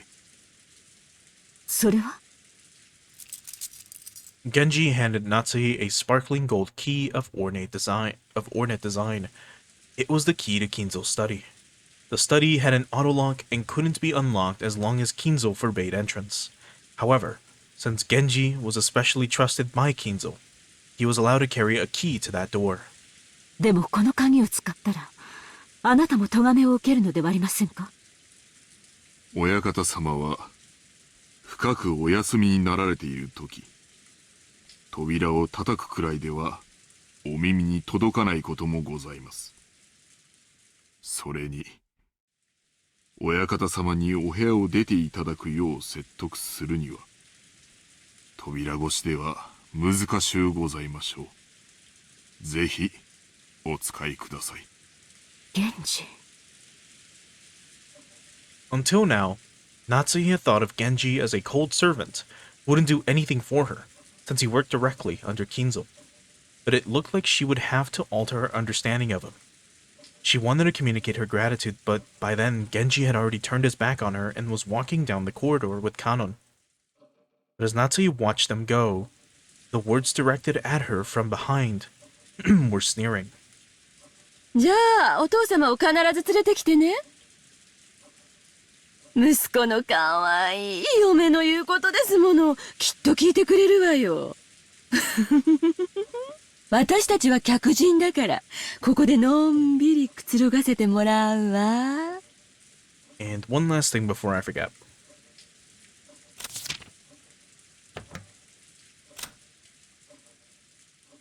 Okay. I thought maybe these would be updated to say current whereabouts unknown or something, but not yet. Nope. And no. 予算買えばすまんが夏日姉さん、お父さんのことよろしく頼むわ。 Without answering, Natsuhi forcefully spun around on her heels and quickly left that place.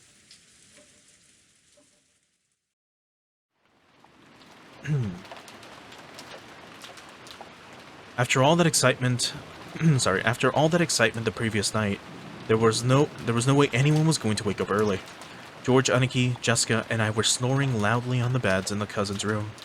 But Maria, who had gone straight to bed without joining in, was completely awake. As she rubbed her sleepy eyes and looked around, she was met with the loud snoring of the other three cousins. For a while, Maria had to think about what had happened. After that, she realized that her mother wasn't with her, and she quickly got lonely. Maria left the cousin's room, trying to head to the room that had been arranged for her and her mother. Paying no heed to the three who were sleeping soundly, she slammed the door shut. In response, Battler mumbled and rolled over in his sleep, but it wasn't enough to wake him up. After a while, Maria returned once again, opening the door with a lively bang. When she had left the room, her face had been sleepy, but now that she was back, she looked irritated. After that, she climbed up on Battler's bed, which happened to be the closest, and started yelling and jumping on it like it was a trampoline.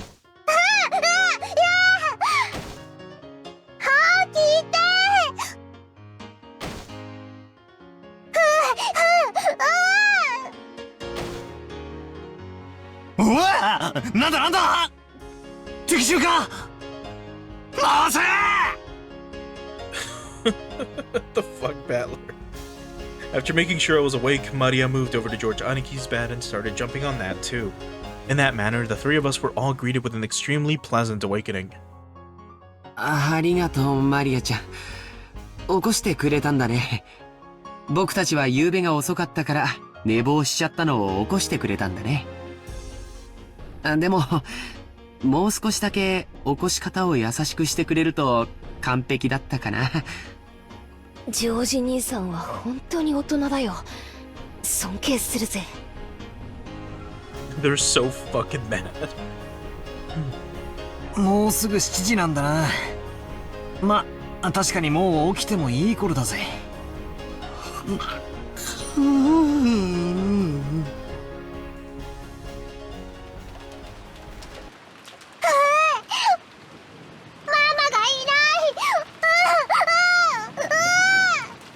Imagine you go to bed at like 2 a.m. Like 1 or 2 a.m.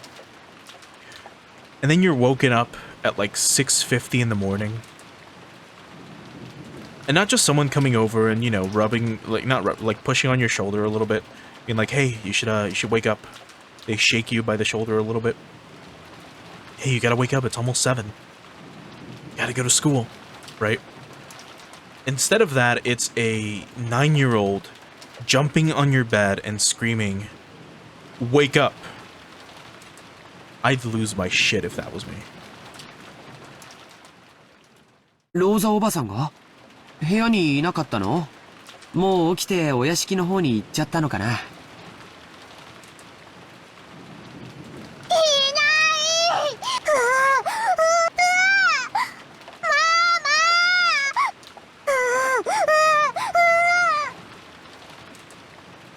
？Maria kept groaning, ooh, and looking unhappy. She didn't exactly seem lonely because her mother wasn't around. It was more like she was irritated and thrown off balance because her mother wasn't where she'd expected. If we could just tell her where her mother was, that alone would probably calm her down. But unfortunately, we had no way of knowing where Aunt Rosa was except that she wasn't here. どうせ朝食に行くことになるんだし、屋敷の方に行こうぜ。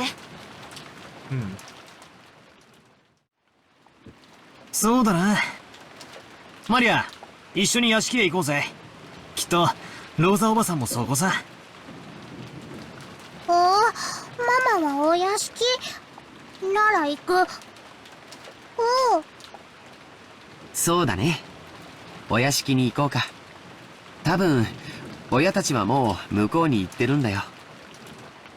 Maria regained her usual composure so completely. Maria regained her usual composure so completely, her earlier tantrum now seemed like a lie. We got dressed, left the room, and headed for the mansion. But where is Kinzo? That's what I'm worried about.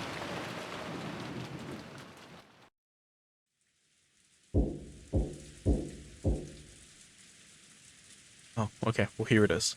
Once more, there was a knocking sound on the study door. There was no answer. He seemed to be sleeping still, and I could not wake him. If she went back downstairs and said something like that, Ava would probably be amused and triumphant. And even putting Ava aside, it was problematic that Kinzo had stayed shut away during his entire once-a-year conference, not even coming down to greet everyone. Even the family head, no, especially the family head, couldn't fail to make an appearance. I wonder if I can convince him myself. Natsuhi readied herself and used the key that she'd borrowed from Genji to open the door.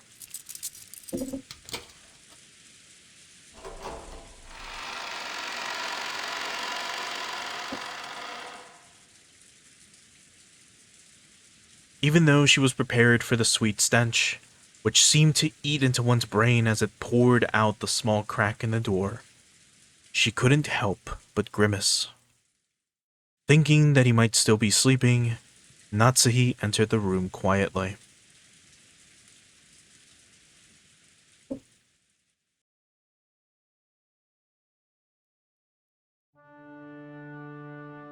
When she did, Kinzo was already awake and looking down out the window. お目覚めでしたか。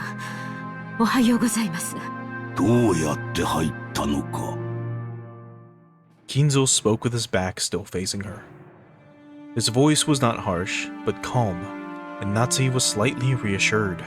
However, though he was awake, he wouldn't have ignored all that knocking if he was in a good mood. Natsuhi wasn't able to relax. 申し訳ございませんでした。源氏さんにお願いして、書斎の鍵をお借りさせていただきました。ほう、源氏がか。我が友がそれに足ると思ったならば、話を聞かぬわけにもいくまい。して、私に何用か。Once again, very quickly. Just gonna save. So I was told that during the next glass-shattering transition, the game is prone to crashing. So I hope it doesn't. はい。もうじき朝食の準備が整いますが、ぜひお父様にもおいでいただきたく思いまして。朝食はここでとる。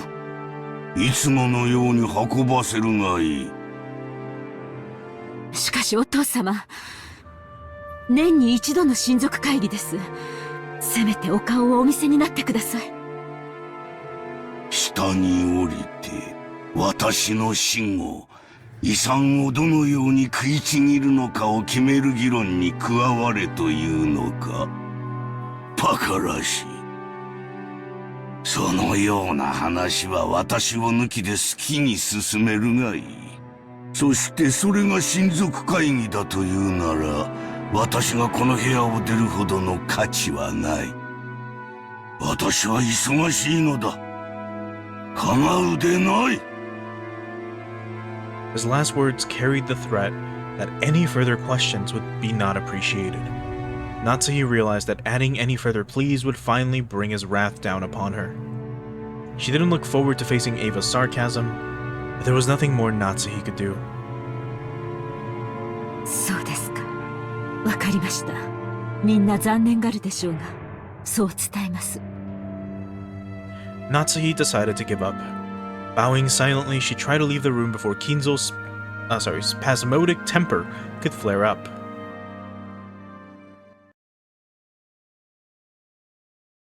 Wait a minute. It just hit me.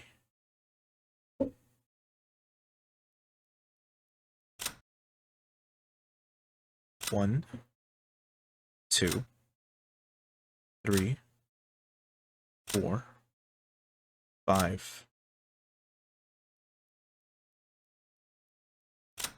6. She was supposed to die. but didn't.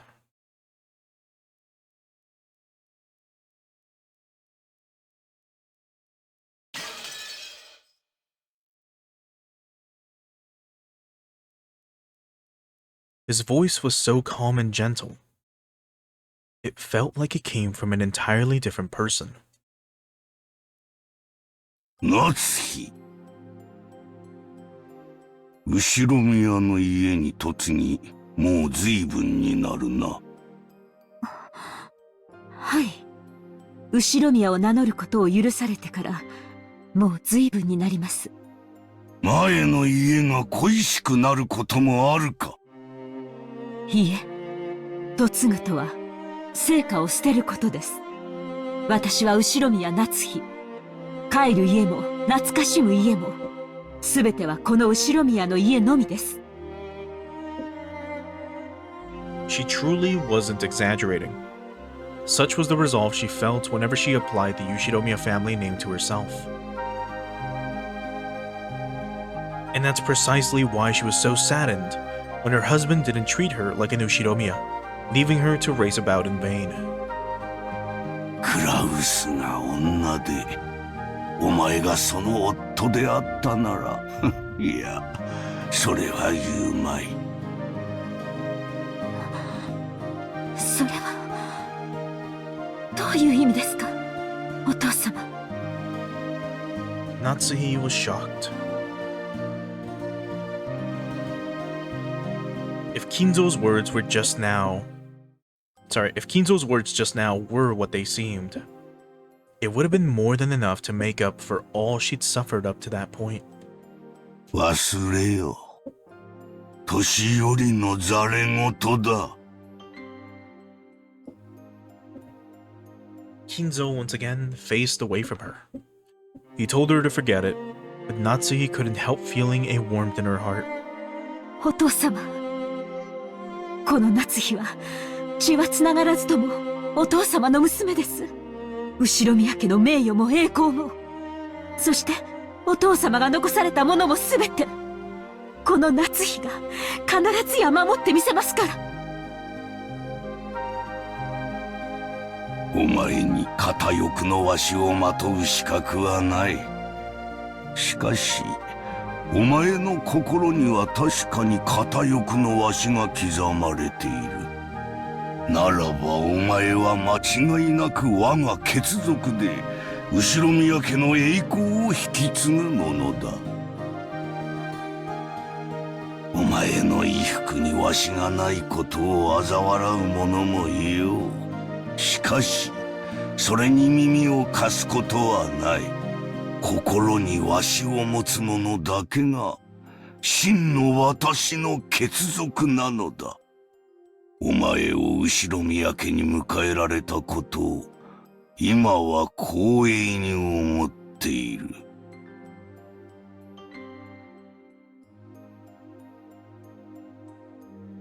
Without saying anything more, Kinzo remained with his back to Natsuhi. However, Natsuhi couldn't help but feel something warm well up inside her that she hadn't felt since long ago, when she had been just a child. Natsuhi bowed silently to his back and left the room. あら、ちょうどいいタイミングだったわね。お父様の様子はどう？あんまり遅いから様子を見に来ちゃったのよ。When Natsuhi left the study, she saw Ava climbing the stairs and their eyes met. Ava was smirking unpleasantly, thinking that Natsuhi would leave drudgingly after failing to convince Kinzo. However, the way Natsuhi was now, such a frivolous laugh would not disturb her. She was not permitted to wear the family crest on her clothing, but she was permitted to wear it in her heart. So she spoke calmly, clearly, and confidently, with the dignity of the one who would protect the Yoshiromiya family's glory. お父様は親族会議にはおいでにならないそうです。汚らわしい議題に関心はないと仰せです。とかなんとか言っちゃって、お父様を説得できなかったんなら素直にそう言えばいいじゃない。哀れですね。お父様が嘆かれるお気持ちも分かろうというものです。それはどういう意味よ。 Natsuhi did not answer. Just as Kinzo had done earlier, she showed Ava her back as she headed down the stairs. Ava finally realized that she was being made fun of, that something had happened to quickly bolster Natsuhi's confidence. Even so, she apparently didn't have the courage to risk Kinzo's wrath. Unable to even knock on the door, she could only click her tongue, make a motion as though scratching at it, and follow after Natsuhi. それで兄さんたちはいたの？お父様に聞いたの？聞きそびれましたが、書斎の中にはいませんでした。お父様が夫たちの下船な話のために入室を許すこともありえませんから、行き先下に降りて使用人たちが探してくれるのを待ちましょう。朝食は遅れますが、お茶でもいかがです？エヴァさん。別に結構よ。 Ava couldn't hide her confusion at the complete indifference in Natsuhi's attitude. She was acting so boldly, and while Ava hated to admit it, she even had a sense of dignity about her. Unable to find a fault with anything, Ava could only follow Natsuhi back to the parlor.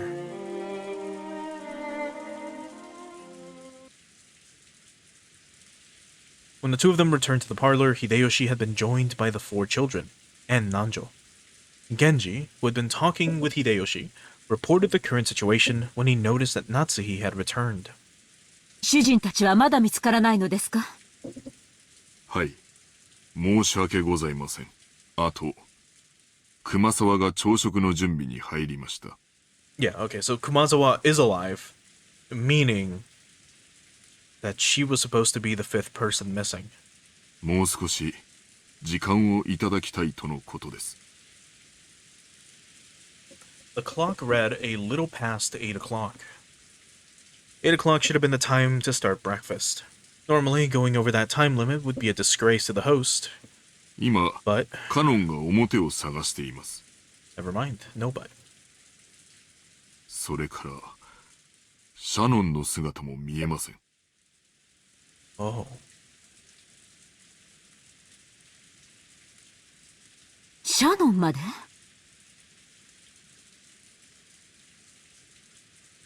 まったく、主人は何を従えて散歩に出かけたのですか？ Shannon is missing. So because they couldn't get her,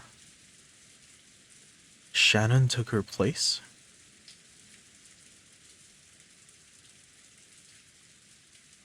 Just how many people had gone missing by now?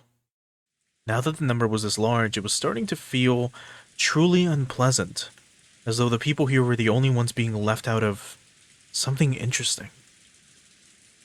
At least, that seemed to reflect the feelings of the children, and Maria in particular. She was indignant, her stomach grumbling, almost as though her mother and the others had left her alone to go off and eat something delicious without her. The other children were flipping through the channels on the television, trying to find a program that might interest Maria and cheer her up again. Nanjo was sitting on the sofa, gazing blissfully at the children while reading a book. It must have been a book about chess.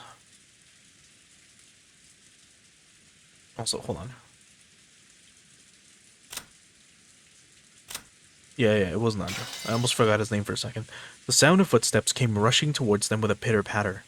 There was only one set, so they realized before seeing who it belonged to that it was probably Canon, not Kaos and the rest. 奥様、失礼します。その様子では見つけられなかったようですね。申し訳ございません。まだ。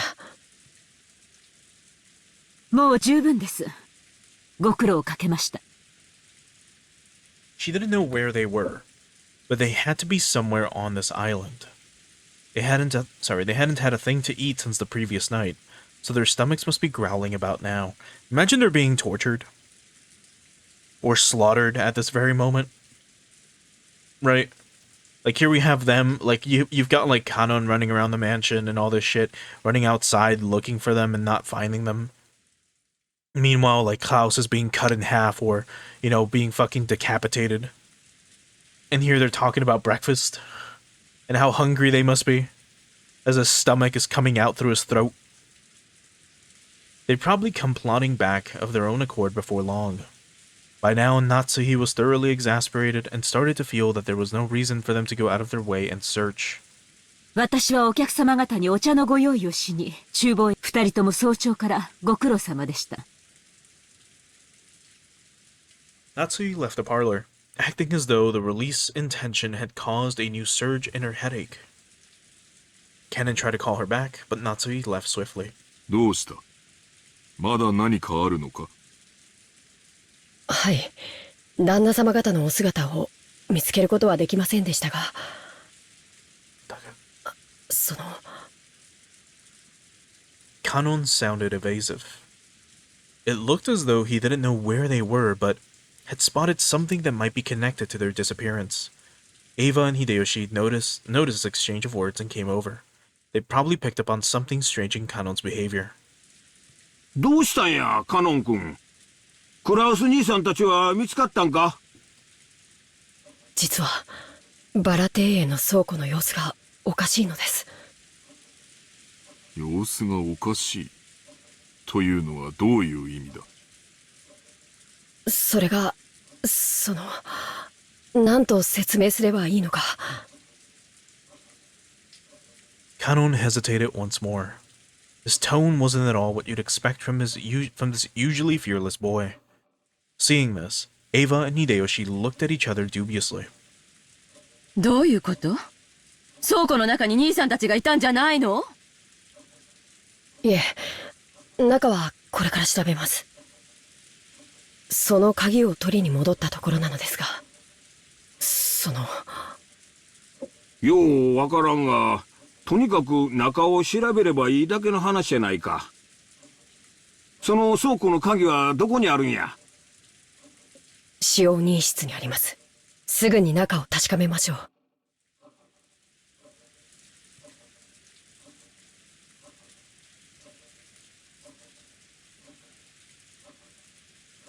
Kanon dashed off to the servant room and returned with a key.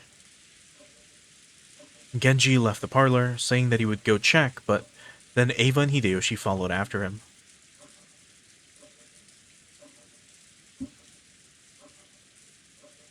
What was this something strange about the storehouse that had caused the usually fearless Kanon to hesitate? It was still pouring outside, but perhaps their curiosity over this something that Kanon couldn't... It was still pouring outside, but perhaps their curiosity over this something that Kanon couldn't talk about won out. While the children made a big fuss watching television, Kanon and the rest dashed over to the entrance.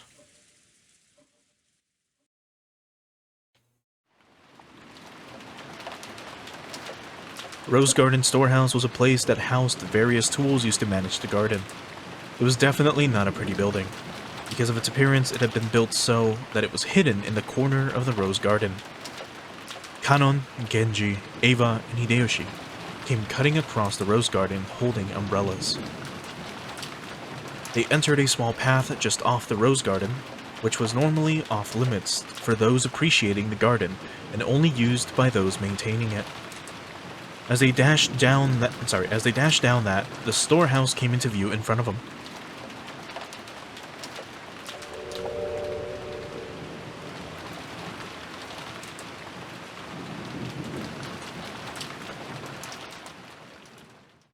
And then we'll save again, just in case. Kinda crazy, huh? There's a shed, or storehouse in Higurashi. And now here we have a old-looking shed in Umineko. It was quite an old shed, and compared to the flawlessly perfect beauty of the Rose Garden, it was pretty seedy looking. No pun intended. It was easy to understand why it had been built in a hard-to-see place. Ava and Hideyoshi arrived at the storehouse long after Kanon and Genji. カノン君たちは早いな。わしは心臓が爆発しそうや。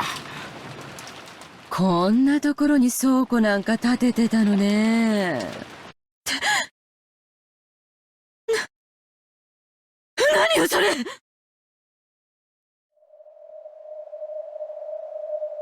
When Ava looked where Kanon was pointing, she was at a loss for words. Noticing this, Hideyoshi also followed Kanon's finger and was likewise too shocked to speak. The entrance to the storehouse was a kind of shutter, and there, everyone suddenly realized why Kanon had been unable to find words to describe what they now saw. On the shutter, which was completely filthy from being exposed to the wind and rain for so long, stuck right on it,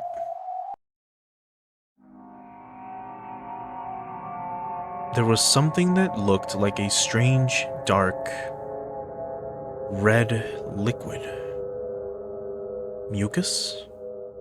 Or maybe it was some sticky paint.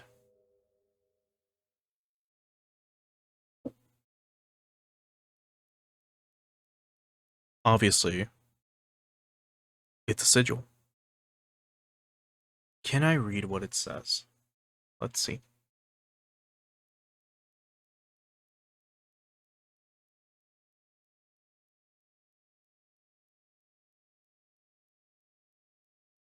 No, the rain is in a way, and I don't think it's written in common Roman characters.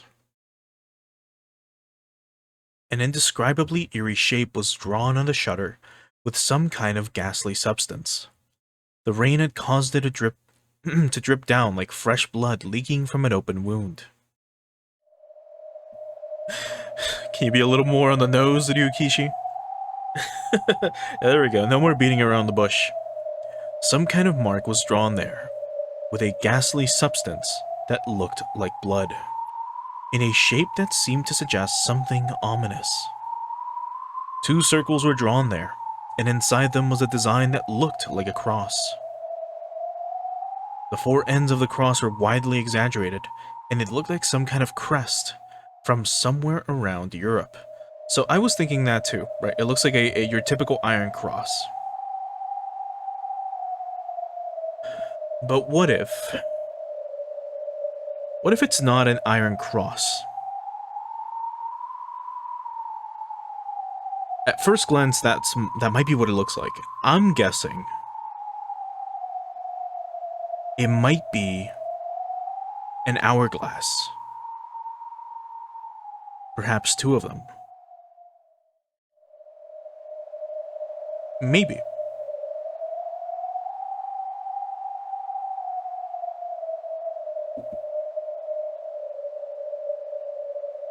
And in the cracks between these shapes, written closely packed together, were some unfamiliar characters, or possibly symbols. なんちゅう悪趣味な落書きや。これ、あれか？悪魔の儀式とかの魔法陣いうやつとちゃうか？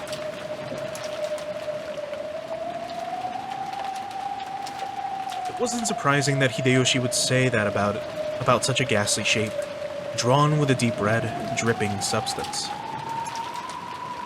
これいつ書かれたの？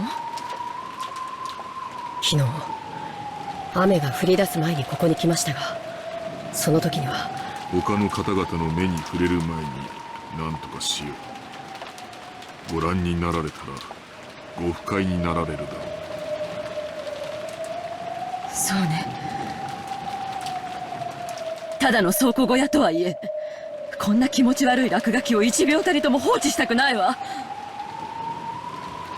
倉庫の中に塗料もあります。応急処置でとりあえず塗り消して、後日天気のいい日に改めて塗装しましょう。 But the door was locked. Genji remembered that he had just recently seen another scribble, and that it too had been made with a strange, dark red substance of the same color as this. That must have been... That's right. He had seen it on the door to Natsuhi's room. カノン君、さっさとこの落書きを消して戻りましょう。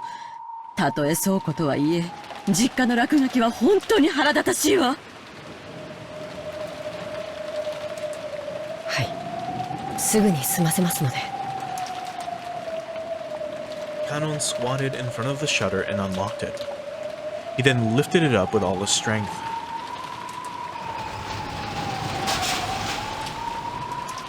A boisterous noise resounded, and the eerie shape drawn on the shutter began to get sucked in through the top as the shutter was raised. At least for the time being, that ominous drawing disappeared from the direct gaze, and they all breathed a sigh of relief.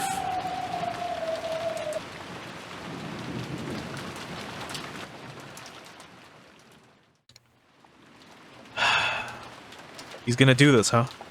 Ryukishi's gonna cock tease you. Like the entire fucking time, huh? Okay. Thanks to a kids program they came across, Maria was feeling much better. Battler and Jessica were poking fun at the kids show at every turn, cackling together. George was enjoying the program with Maria from her perspective.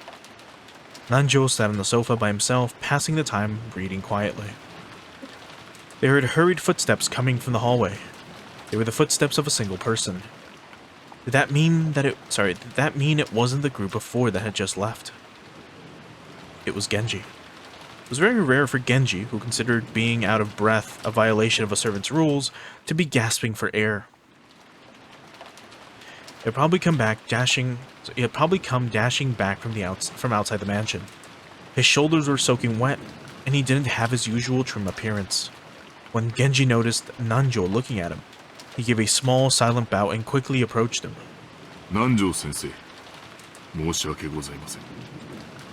至急お越しください。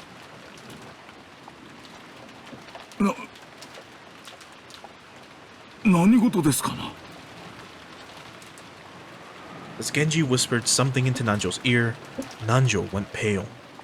He rose from the sofa, trying not to be noticed by the children, who were still engrossed by the TV, and the 2 of them rapidly left the parlor, muffling their footsteps.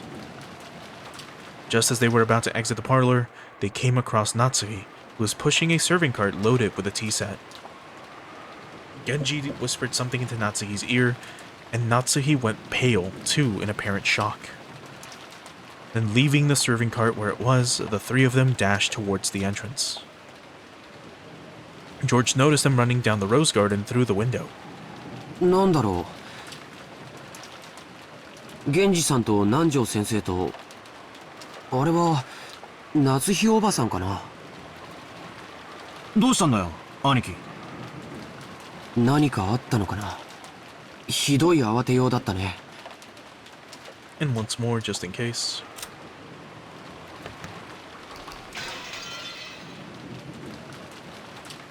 When Jessica and Maria saw that Eva, Hideyoshi, and Nanjo were no longer in their seats, and that the serving cart had been abandoned in the entrance to the parlor, they also realized that something was the matter. 何か事故でもあったとか？行ってみようぜ。俺たちだけのけ者なんて面白くねえしな。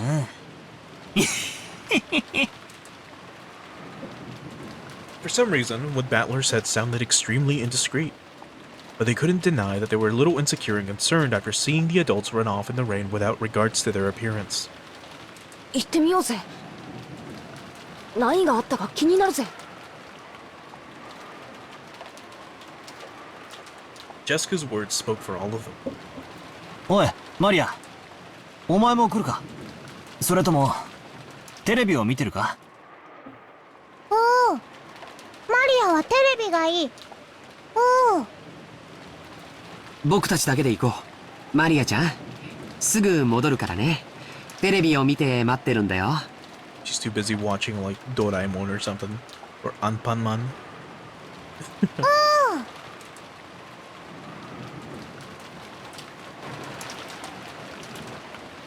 By the time the kids made it outside, the adults were no longer in sight. But Jessica seemed to have a pretty good idea where they'd gone, judging by the direction they'd been running. Following Jessica, we ran through the rain-soaked rose garden. The wind seemed to suddenly get stronger. The malicious sound of thunder began to ring out like it had the previous night. It felt like an eerie something had surrounded the island and was trying to stop us from moving forward. ジェシカ、この先には何があるんだ？確か園芸道具なんかの倉庫があったはずだぜ。そんなところに一体何があるんだろうね。Just as Jessica had said, they began to see a storehouse in front of them. They could also see the adults there. The shutter to the storehouse was open, and several adults looked as though they were searching for something. For some reason, only Natsuhi was outside the storehouse. Without even holding an umbrella, she looked like she was hanging her head, and her back was facing them. There was Genji, Nanjo, and Natsuhi, who had just left the mansion. The ones who'd left earlier, Kanon, Eva, and Hideyoshi, were also there making for a small crowd of people. There was absolutely no bustle of activity. When Natsuhi realized that the children were approaching, a terrible expression rose to her face, and she ran at them with her arms spread wide. 来てはいけません。お屋敷へ戻っていなさい。 But despite that, no. Because of that, the kids saw the scene Natsuhi was trying to keep them away from.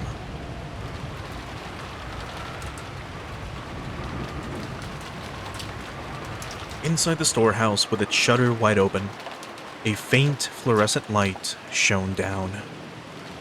And right there was...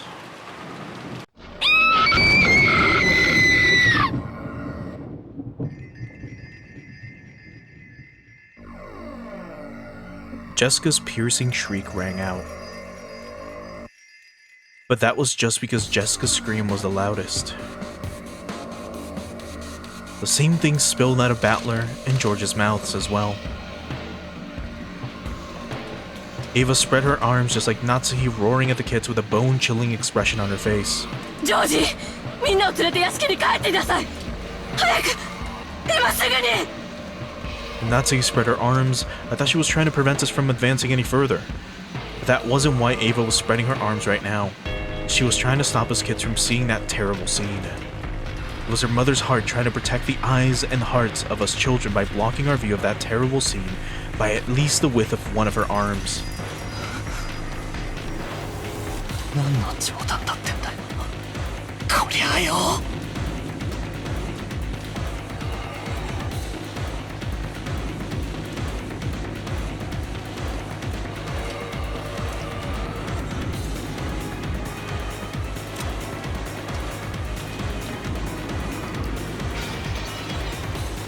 I'd seen this kind of cheap scene all too often. In manga, TV, anime, and movies. I'd seen it over and over again. This was just seeing something appear in real life that I'd seen plenty of times before in some of those more sensational movies.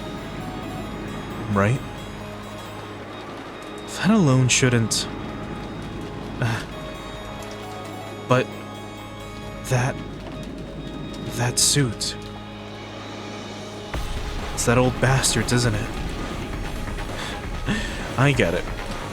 Then that's Uncle Klaus. And Kirie. And Aunt Rosa.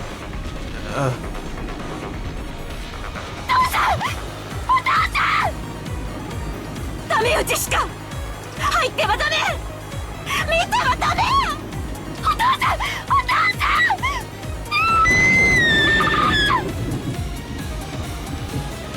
死後硬直をほぼ全身に認められる。多分死後6時間以上は経過しとるだろう。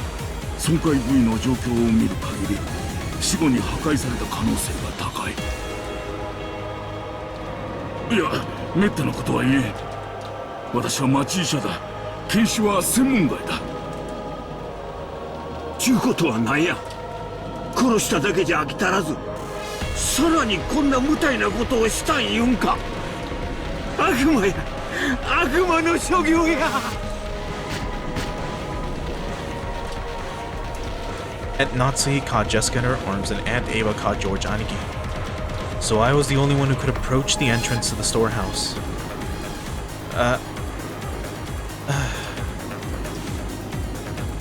If only there had been someone there to catch me too. I wouldn't have needed to have this horrible, evil scene burned into my eyes. No, that's not it. It isn't that there's no one here to catch me. The people who should catch me, they're right there, aren't they? Just as Jessica said, it did look like a storehouse for gardening tools. A lawnmower with extra blades, a grass sickle and a hammer, some carpentry tools such as a saw, piled up potted plants and bags of fertilizer, and treated just the same. The corpses of several people had been laid to rest there. No, had been tossed in there. I could tell them by their clothes. That old bastard and Kiria-san, Uncle Klaus and Aunt Rosa. Beyond that, Golda and... Are there still more of them? How many people died? You're fucking kidding me. I can't even count them in one hand. Damn it! I don't know whether it had been one of these gardening tools which, if used for something other than their intended purpose, could definitely be wielded with a naked brutality. Or whether some horrible tool had been brought in here specifically for this. Anyway, each one of their bodies jammed in there had been given an atrocious makeup. It wasn't makeup, it was more like their faces had been plowed. Their faces were smashed, forced into expressions that normal people couldn't make even after death. I couldn't tell whether their eyes or noses were... I could find their mouths, because they were gaping wide, their gums exposed. But their front teeth were missing, and even the cheeks that should have covered all this were all torn up and laid bare. That trendy makeup you always spend so much time on, even though you're a man, isn't doing its thing now.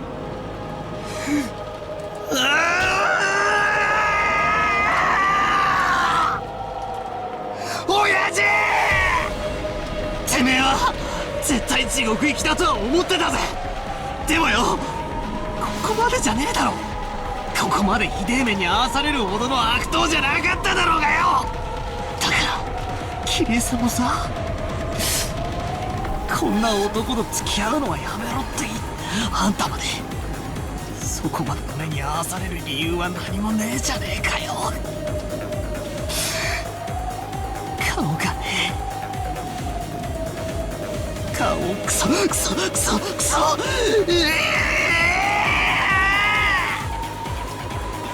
バトラさん、これ以上見てはいかん。こんな姿をお父さんもお母さんもあんたに見せたいわけがない。お父さんとお母さんのためにもこれ以上見てはいかん。死者ってのは安らかに眠る顔ってやつを拝ませてくれるんじゃねえのかよ。顔がねえんだよ。俺の親父とキリエさんの顔がねえんだよ。どういう顔して死んじまったのか、それすらもわかんねえんだよ。なんだよ俺は。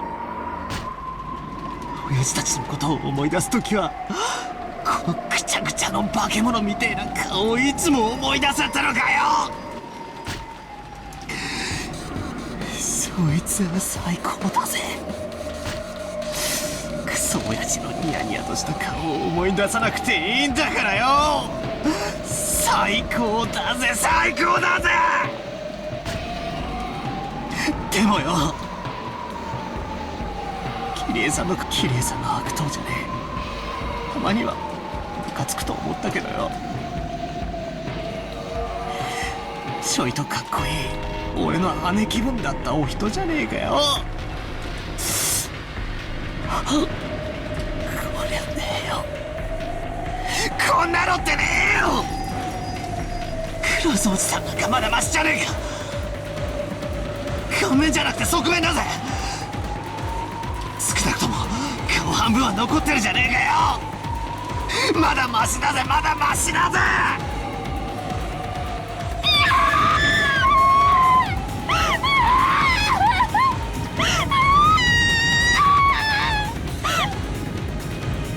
Jessica filled her ears with the sound of her own screaming, trying to shut out my reckless words. よすんだバタラ君もうよすんだもうよすんだ兄貴兄貴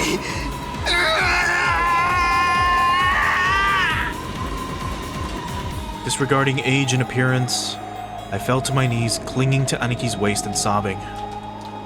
It was as if I was crying on behalf of everyone there. Representing the feelings of everyone there, I screamed over and over.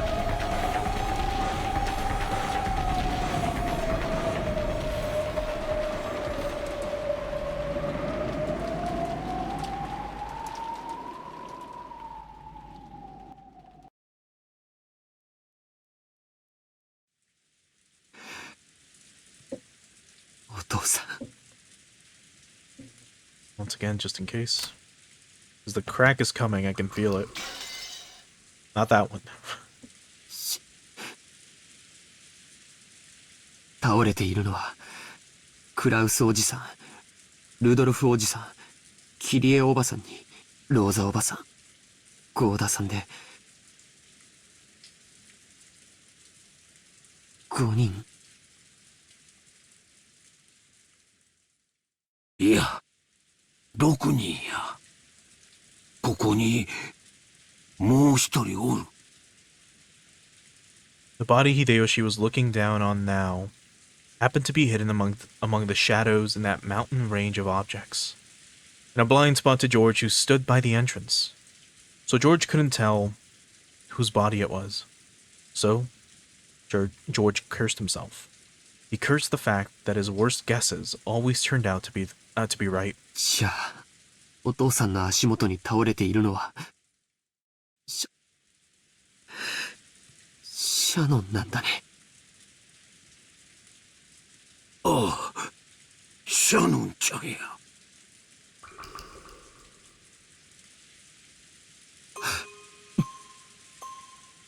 George fell completely silent. He shook slightly, his lower lip trembling. Normally, he would have wanted to run to his beloved's body, screaming and crying. However, before rashly rushing forward, he worked to keep his composure and asked his father. シャノンもクラウスおじさんたちと同じなのかな。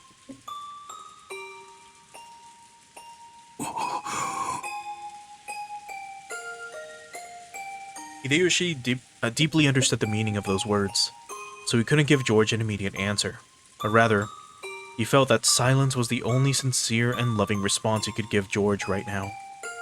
When George asked if Shannon was the same, he meant to ask whether her corpse was in the same condition as the others or not. Since Hideyoshi hadn't denied it, it meant her corpse was in the same brutal state. シャノンを見てもいいかな。いや、あかん。どうして？だって、もう二度とシャノンの顔を見られないんだよ。その、最後の顔。どうして見たらいけないんだよ。お前が最後にシャノンちゃんに会ったのは昨日か。うん。そうか。そのシャノンちゃんは、別れ際にお前にどんな顔を見せたんや。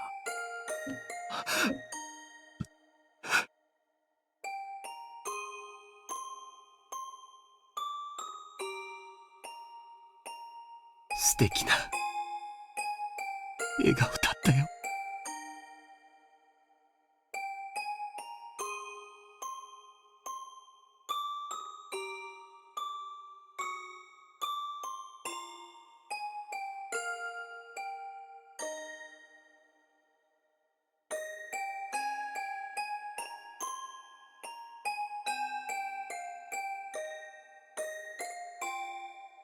After he handed her the ring, she hesitated, even though she must have already made up her mind.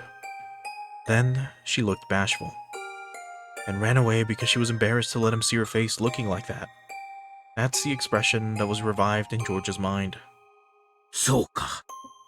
ならシャノンちゃんもその笑顔をお前に残したいと願うはずや。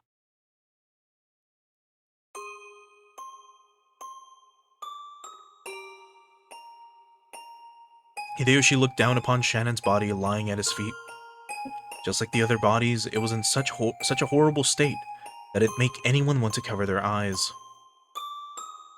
Her head had been smashed in from the side, and no more than half of her expression remained.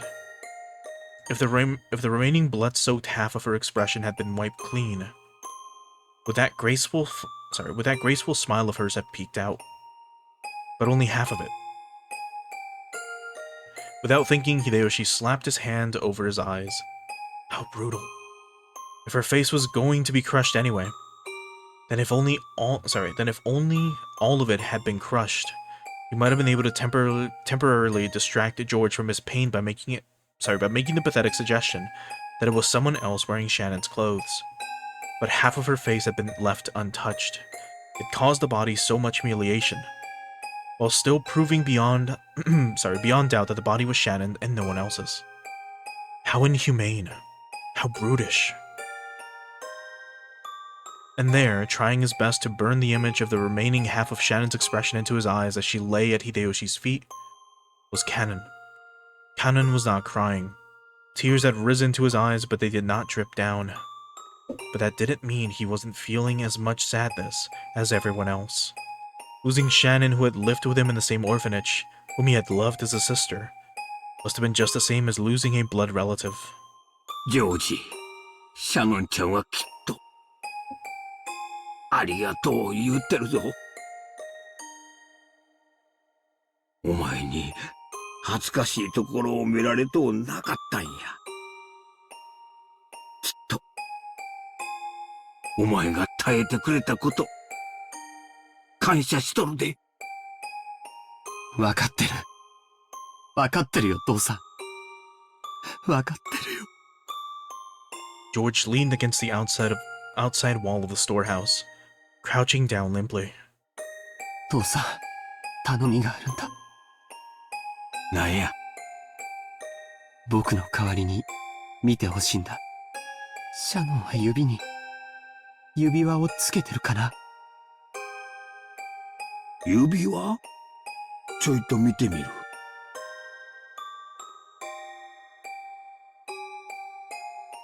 Hideyoshi crouched down. As he did, Kanon silently pointed to one of Shannon's hands.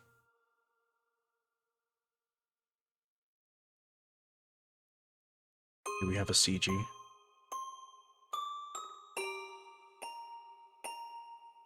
ああ、あるで。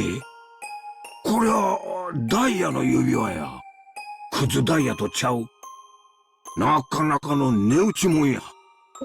それはどっちの手のどの指にあるのかな。と、左手の薬指や。そっか、シャノンちゃん婚約しとったんか。ジョージ、あなたまさか。エヴァ、今はそんなん関係ないで。シャノンちゃんは男に将来を約束されとったんや。一生を幸せにしちゃると男に言わせたんや。それが誰かは問題とちゃうで。男にそこまで言わしめて、女の本懐やないか。いつこの指輪をもらったんかは知らん。誰が渡したかも知らん。だが、それでも、シャノンちゃんは指輪をもらえたんや。そして、それを受け入れ、左の薬指に通したんや。指輪を送った男も、きっと喜んだんとちゃうか？ To most of the people there, Hideyoshi was simply disturbed by this extraordinary situation and was blurting out nonsense. However, someone who knew of George and Shannon's true relationship would understand the full meaning of those words. そっか。ありがとう、父さん。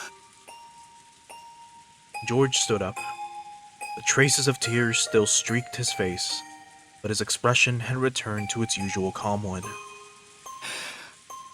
行こう。バトラー君、ジェシカちゃん。これ以上、僕たちがここにいると、大人の邪魔になる。そうだな。Jessica sniffled once, showing her face to her mother, who had been holding her the whole time, to let her know she was okay now. When she faced George again, she once again had on her usual expression, although she still couldn't smile. バトラー、しっかり。Battler kept on crouching in front of his parents' bodies. すまねえな。がっつり泣いたら落ち着いたぜ。親父の野郎。普段はクソクソ言ってるくせに。ちょっと死んじまったくらいでピーピー泣くんじゃねえぜって。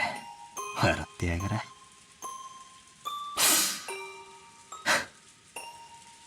仕方ねえだろ。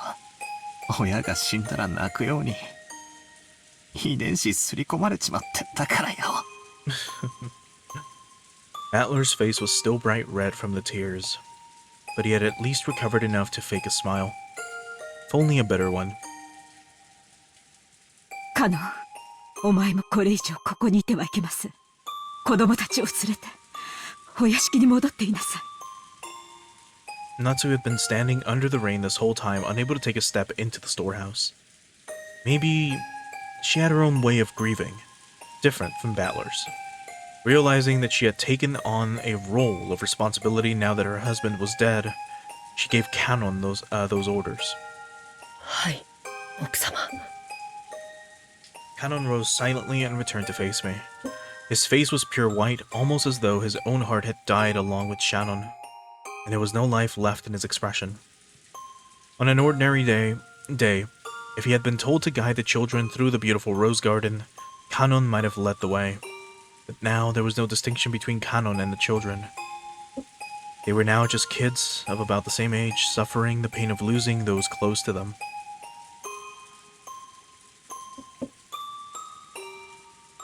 After making sure that the children were leaving, Natsuhi started giving orders to Genji. ケンジ、すぐに警察に連絡しなさい。台風が通り過ぎるまでは来られないでしょうが、どうすればいいか指示を与えてくれるはず。わかりました。防災用の無線機がありますので、それで連絡します。When she heard that, Natsuhi remembered. That's right. The phones were out today, weren't they? However, they also had a radio since they couldn't necessarily rely on phones all the time while living on an isolated island. At any rate, they should start by contacting the police and receiving their instructions. Everything else could wait. ナチョ先生、もうこの場はどうしようもありません。残念ながら私には何もできませんな。わかりました。ゲンジ、せめて主人たちの顔を、このような姿を晒すことを当人にとって。はい。Genji picked up several dry towels from inside the storehouse when Ava stopped him with a shrill voice. ちょっとちょっと、お待ちなさいよ。ここは犯行現場なんでしょ。なら変に手を加えちゃダメよ。私たちは混乱してて現場に土足で踏み入っちゃったけど、それはきっと警察の捜査の邪魔になったわよ。Natsuhi glared at Ava, offended. Objectively speaking, Ava was right. Even so, she glared at Ava even though accusing her of refusing to do those tragic corpses which had been humiliated after death, the simple kindness of covering their faces. However, Ava had spoken both calmly and correctly. This terrible situation definitely wasn't an accident. It was a crime. Someone had killed them. It was a murder case. So they needed to be careful to avoid disturbing the site any further. They had to do what little they could to aid the police, preserving clues that might help catch the detestable culprit. 私もエヴァさんに賛成ですな。警察が来るまでここは手をつけずにしておくべきです。奥様、いかがなさいますか。そうですね。わかりました。ここを閉ざしなさい。それから念のためここに別の施錠をするように。別の施錠？ええ、ここに来た時シャッターのということはシャッターの鍵を使い犯人が施錠したということです。確かに通りや。じゃあここを開けた限り犯人の指紋が残ってるんとちゃうんか。警察に証拠として提出する価値はあるでしょうけど、カノン君が普通に持ってここを開けるのに使用しちゃったわ。多分カノン君の指紋も付着しちゃってるわよ。そしてその鍵はさっき源氏さんに手渡され、源氏さんも素手で受け取ってる。大した証拠にはなりそうにないわね。それは不用心でした。申し訳ございません。源氏さん、この倉庫の鍵は他にもあるんか？いいえ、この一つだけです。ということは犯人はその鍵を使用人室から持ち出し、そして律儀に元の場所に戻したちゅうことになるな。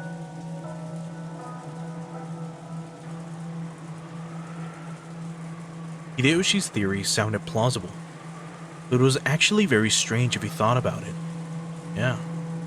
Key goes in, 6 people are inside, key comes out. While we're at it,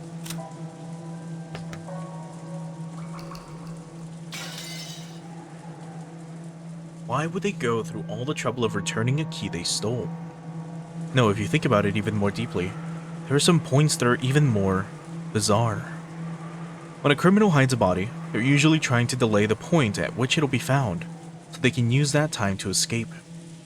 The 6 weren't necessarily killed here, but it was reasonable to assume that they were killed somewhere on this island, carried to the storehouse, and hidden to delay the discovery of the crime.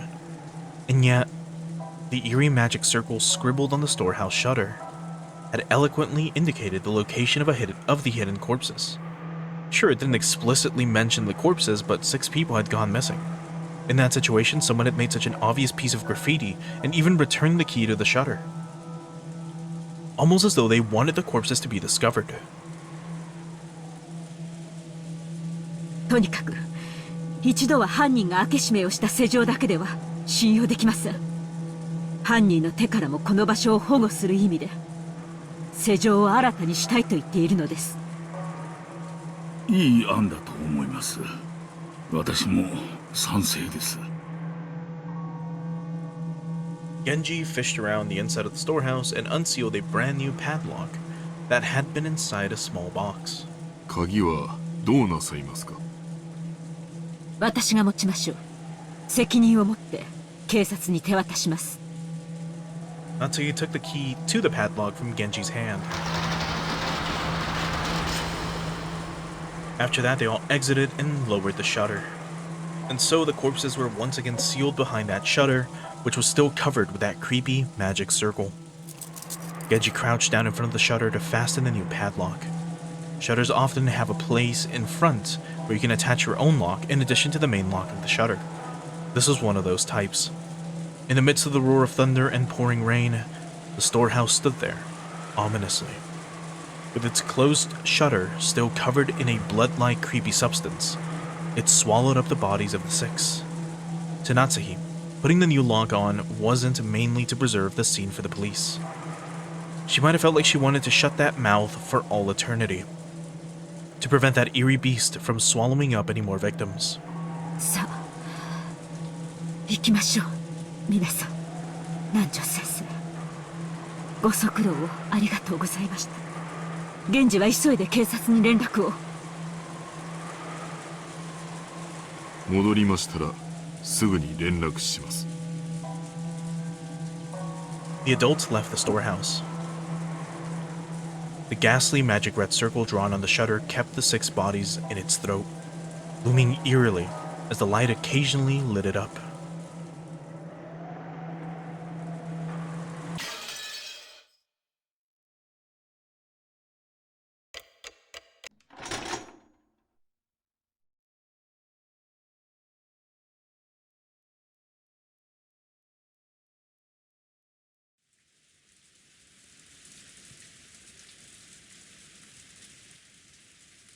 And luckily, no game crash.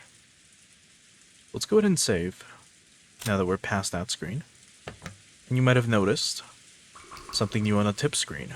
So let's take a quick look at that. So here we have 6 people missing. As we talked about it before, Golda, who now has a blood stain on his face. His corpse was found inside the Rose Garden storehouse. His face seems to have been smashed after his death. How unfortunate. Apparently, he was originally supposed to be on duty in the guest house. Yoshiromiya Rosa. Her corpse was found inside the Rose Garden storehouse.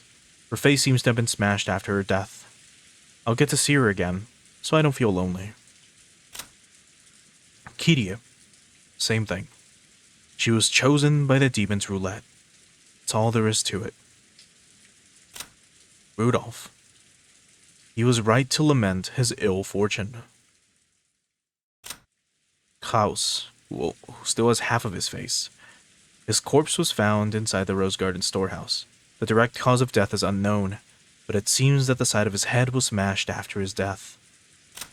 Yeah, same thing, like for all of these, except, let's check yours. Shannon. Her corpse was found inside the Rose Garden. It seems the side of her head was smashed after her death. Don't worry. Everyone will be revived in the Golden Land. Very interesting.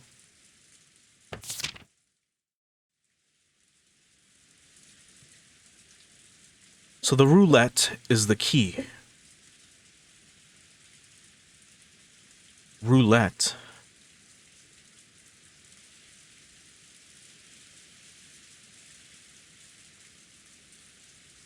Is it a clock?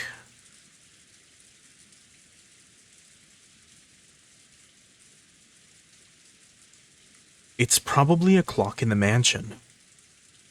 Either behind it or something, there's some secret passage to the gold storehouse, or something else. But what if that clock chose 6 at random? How, I don't know. That's my guessing, or that's my guess for now.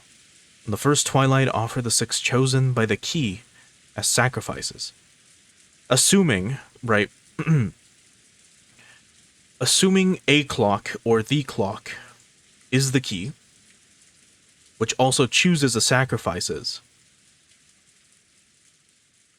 you have to find the clock, which is the key, to enter or travel to the Golden Land. At least that's my guess. But we know what's coming on the second Twilight. Those who remain shall tear apart the 2 who are close. And currently, there's only 1 couple alive that we know of.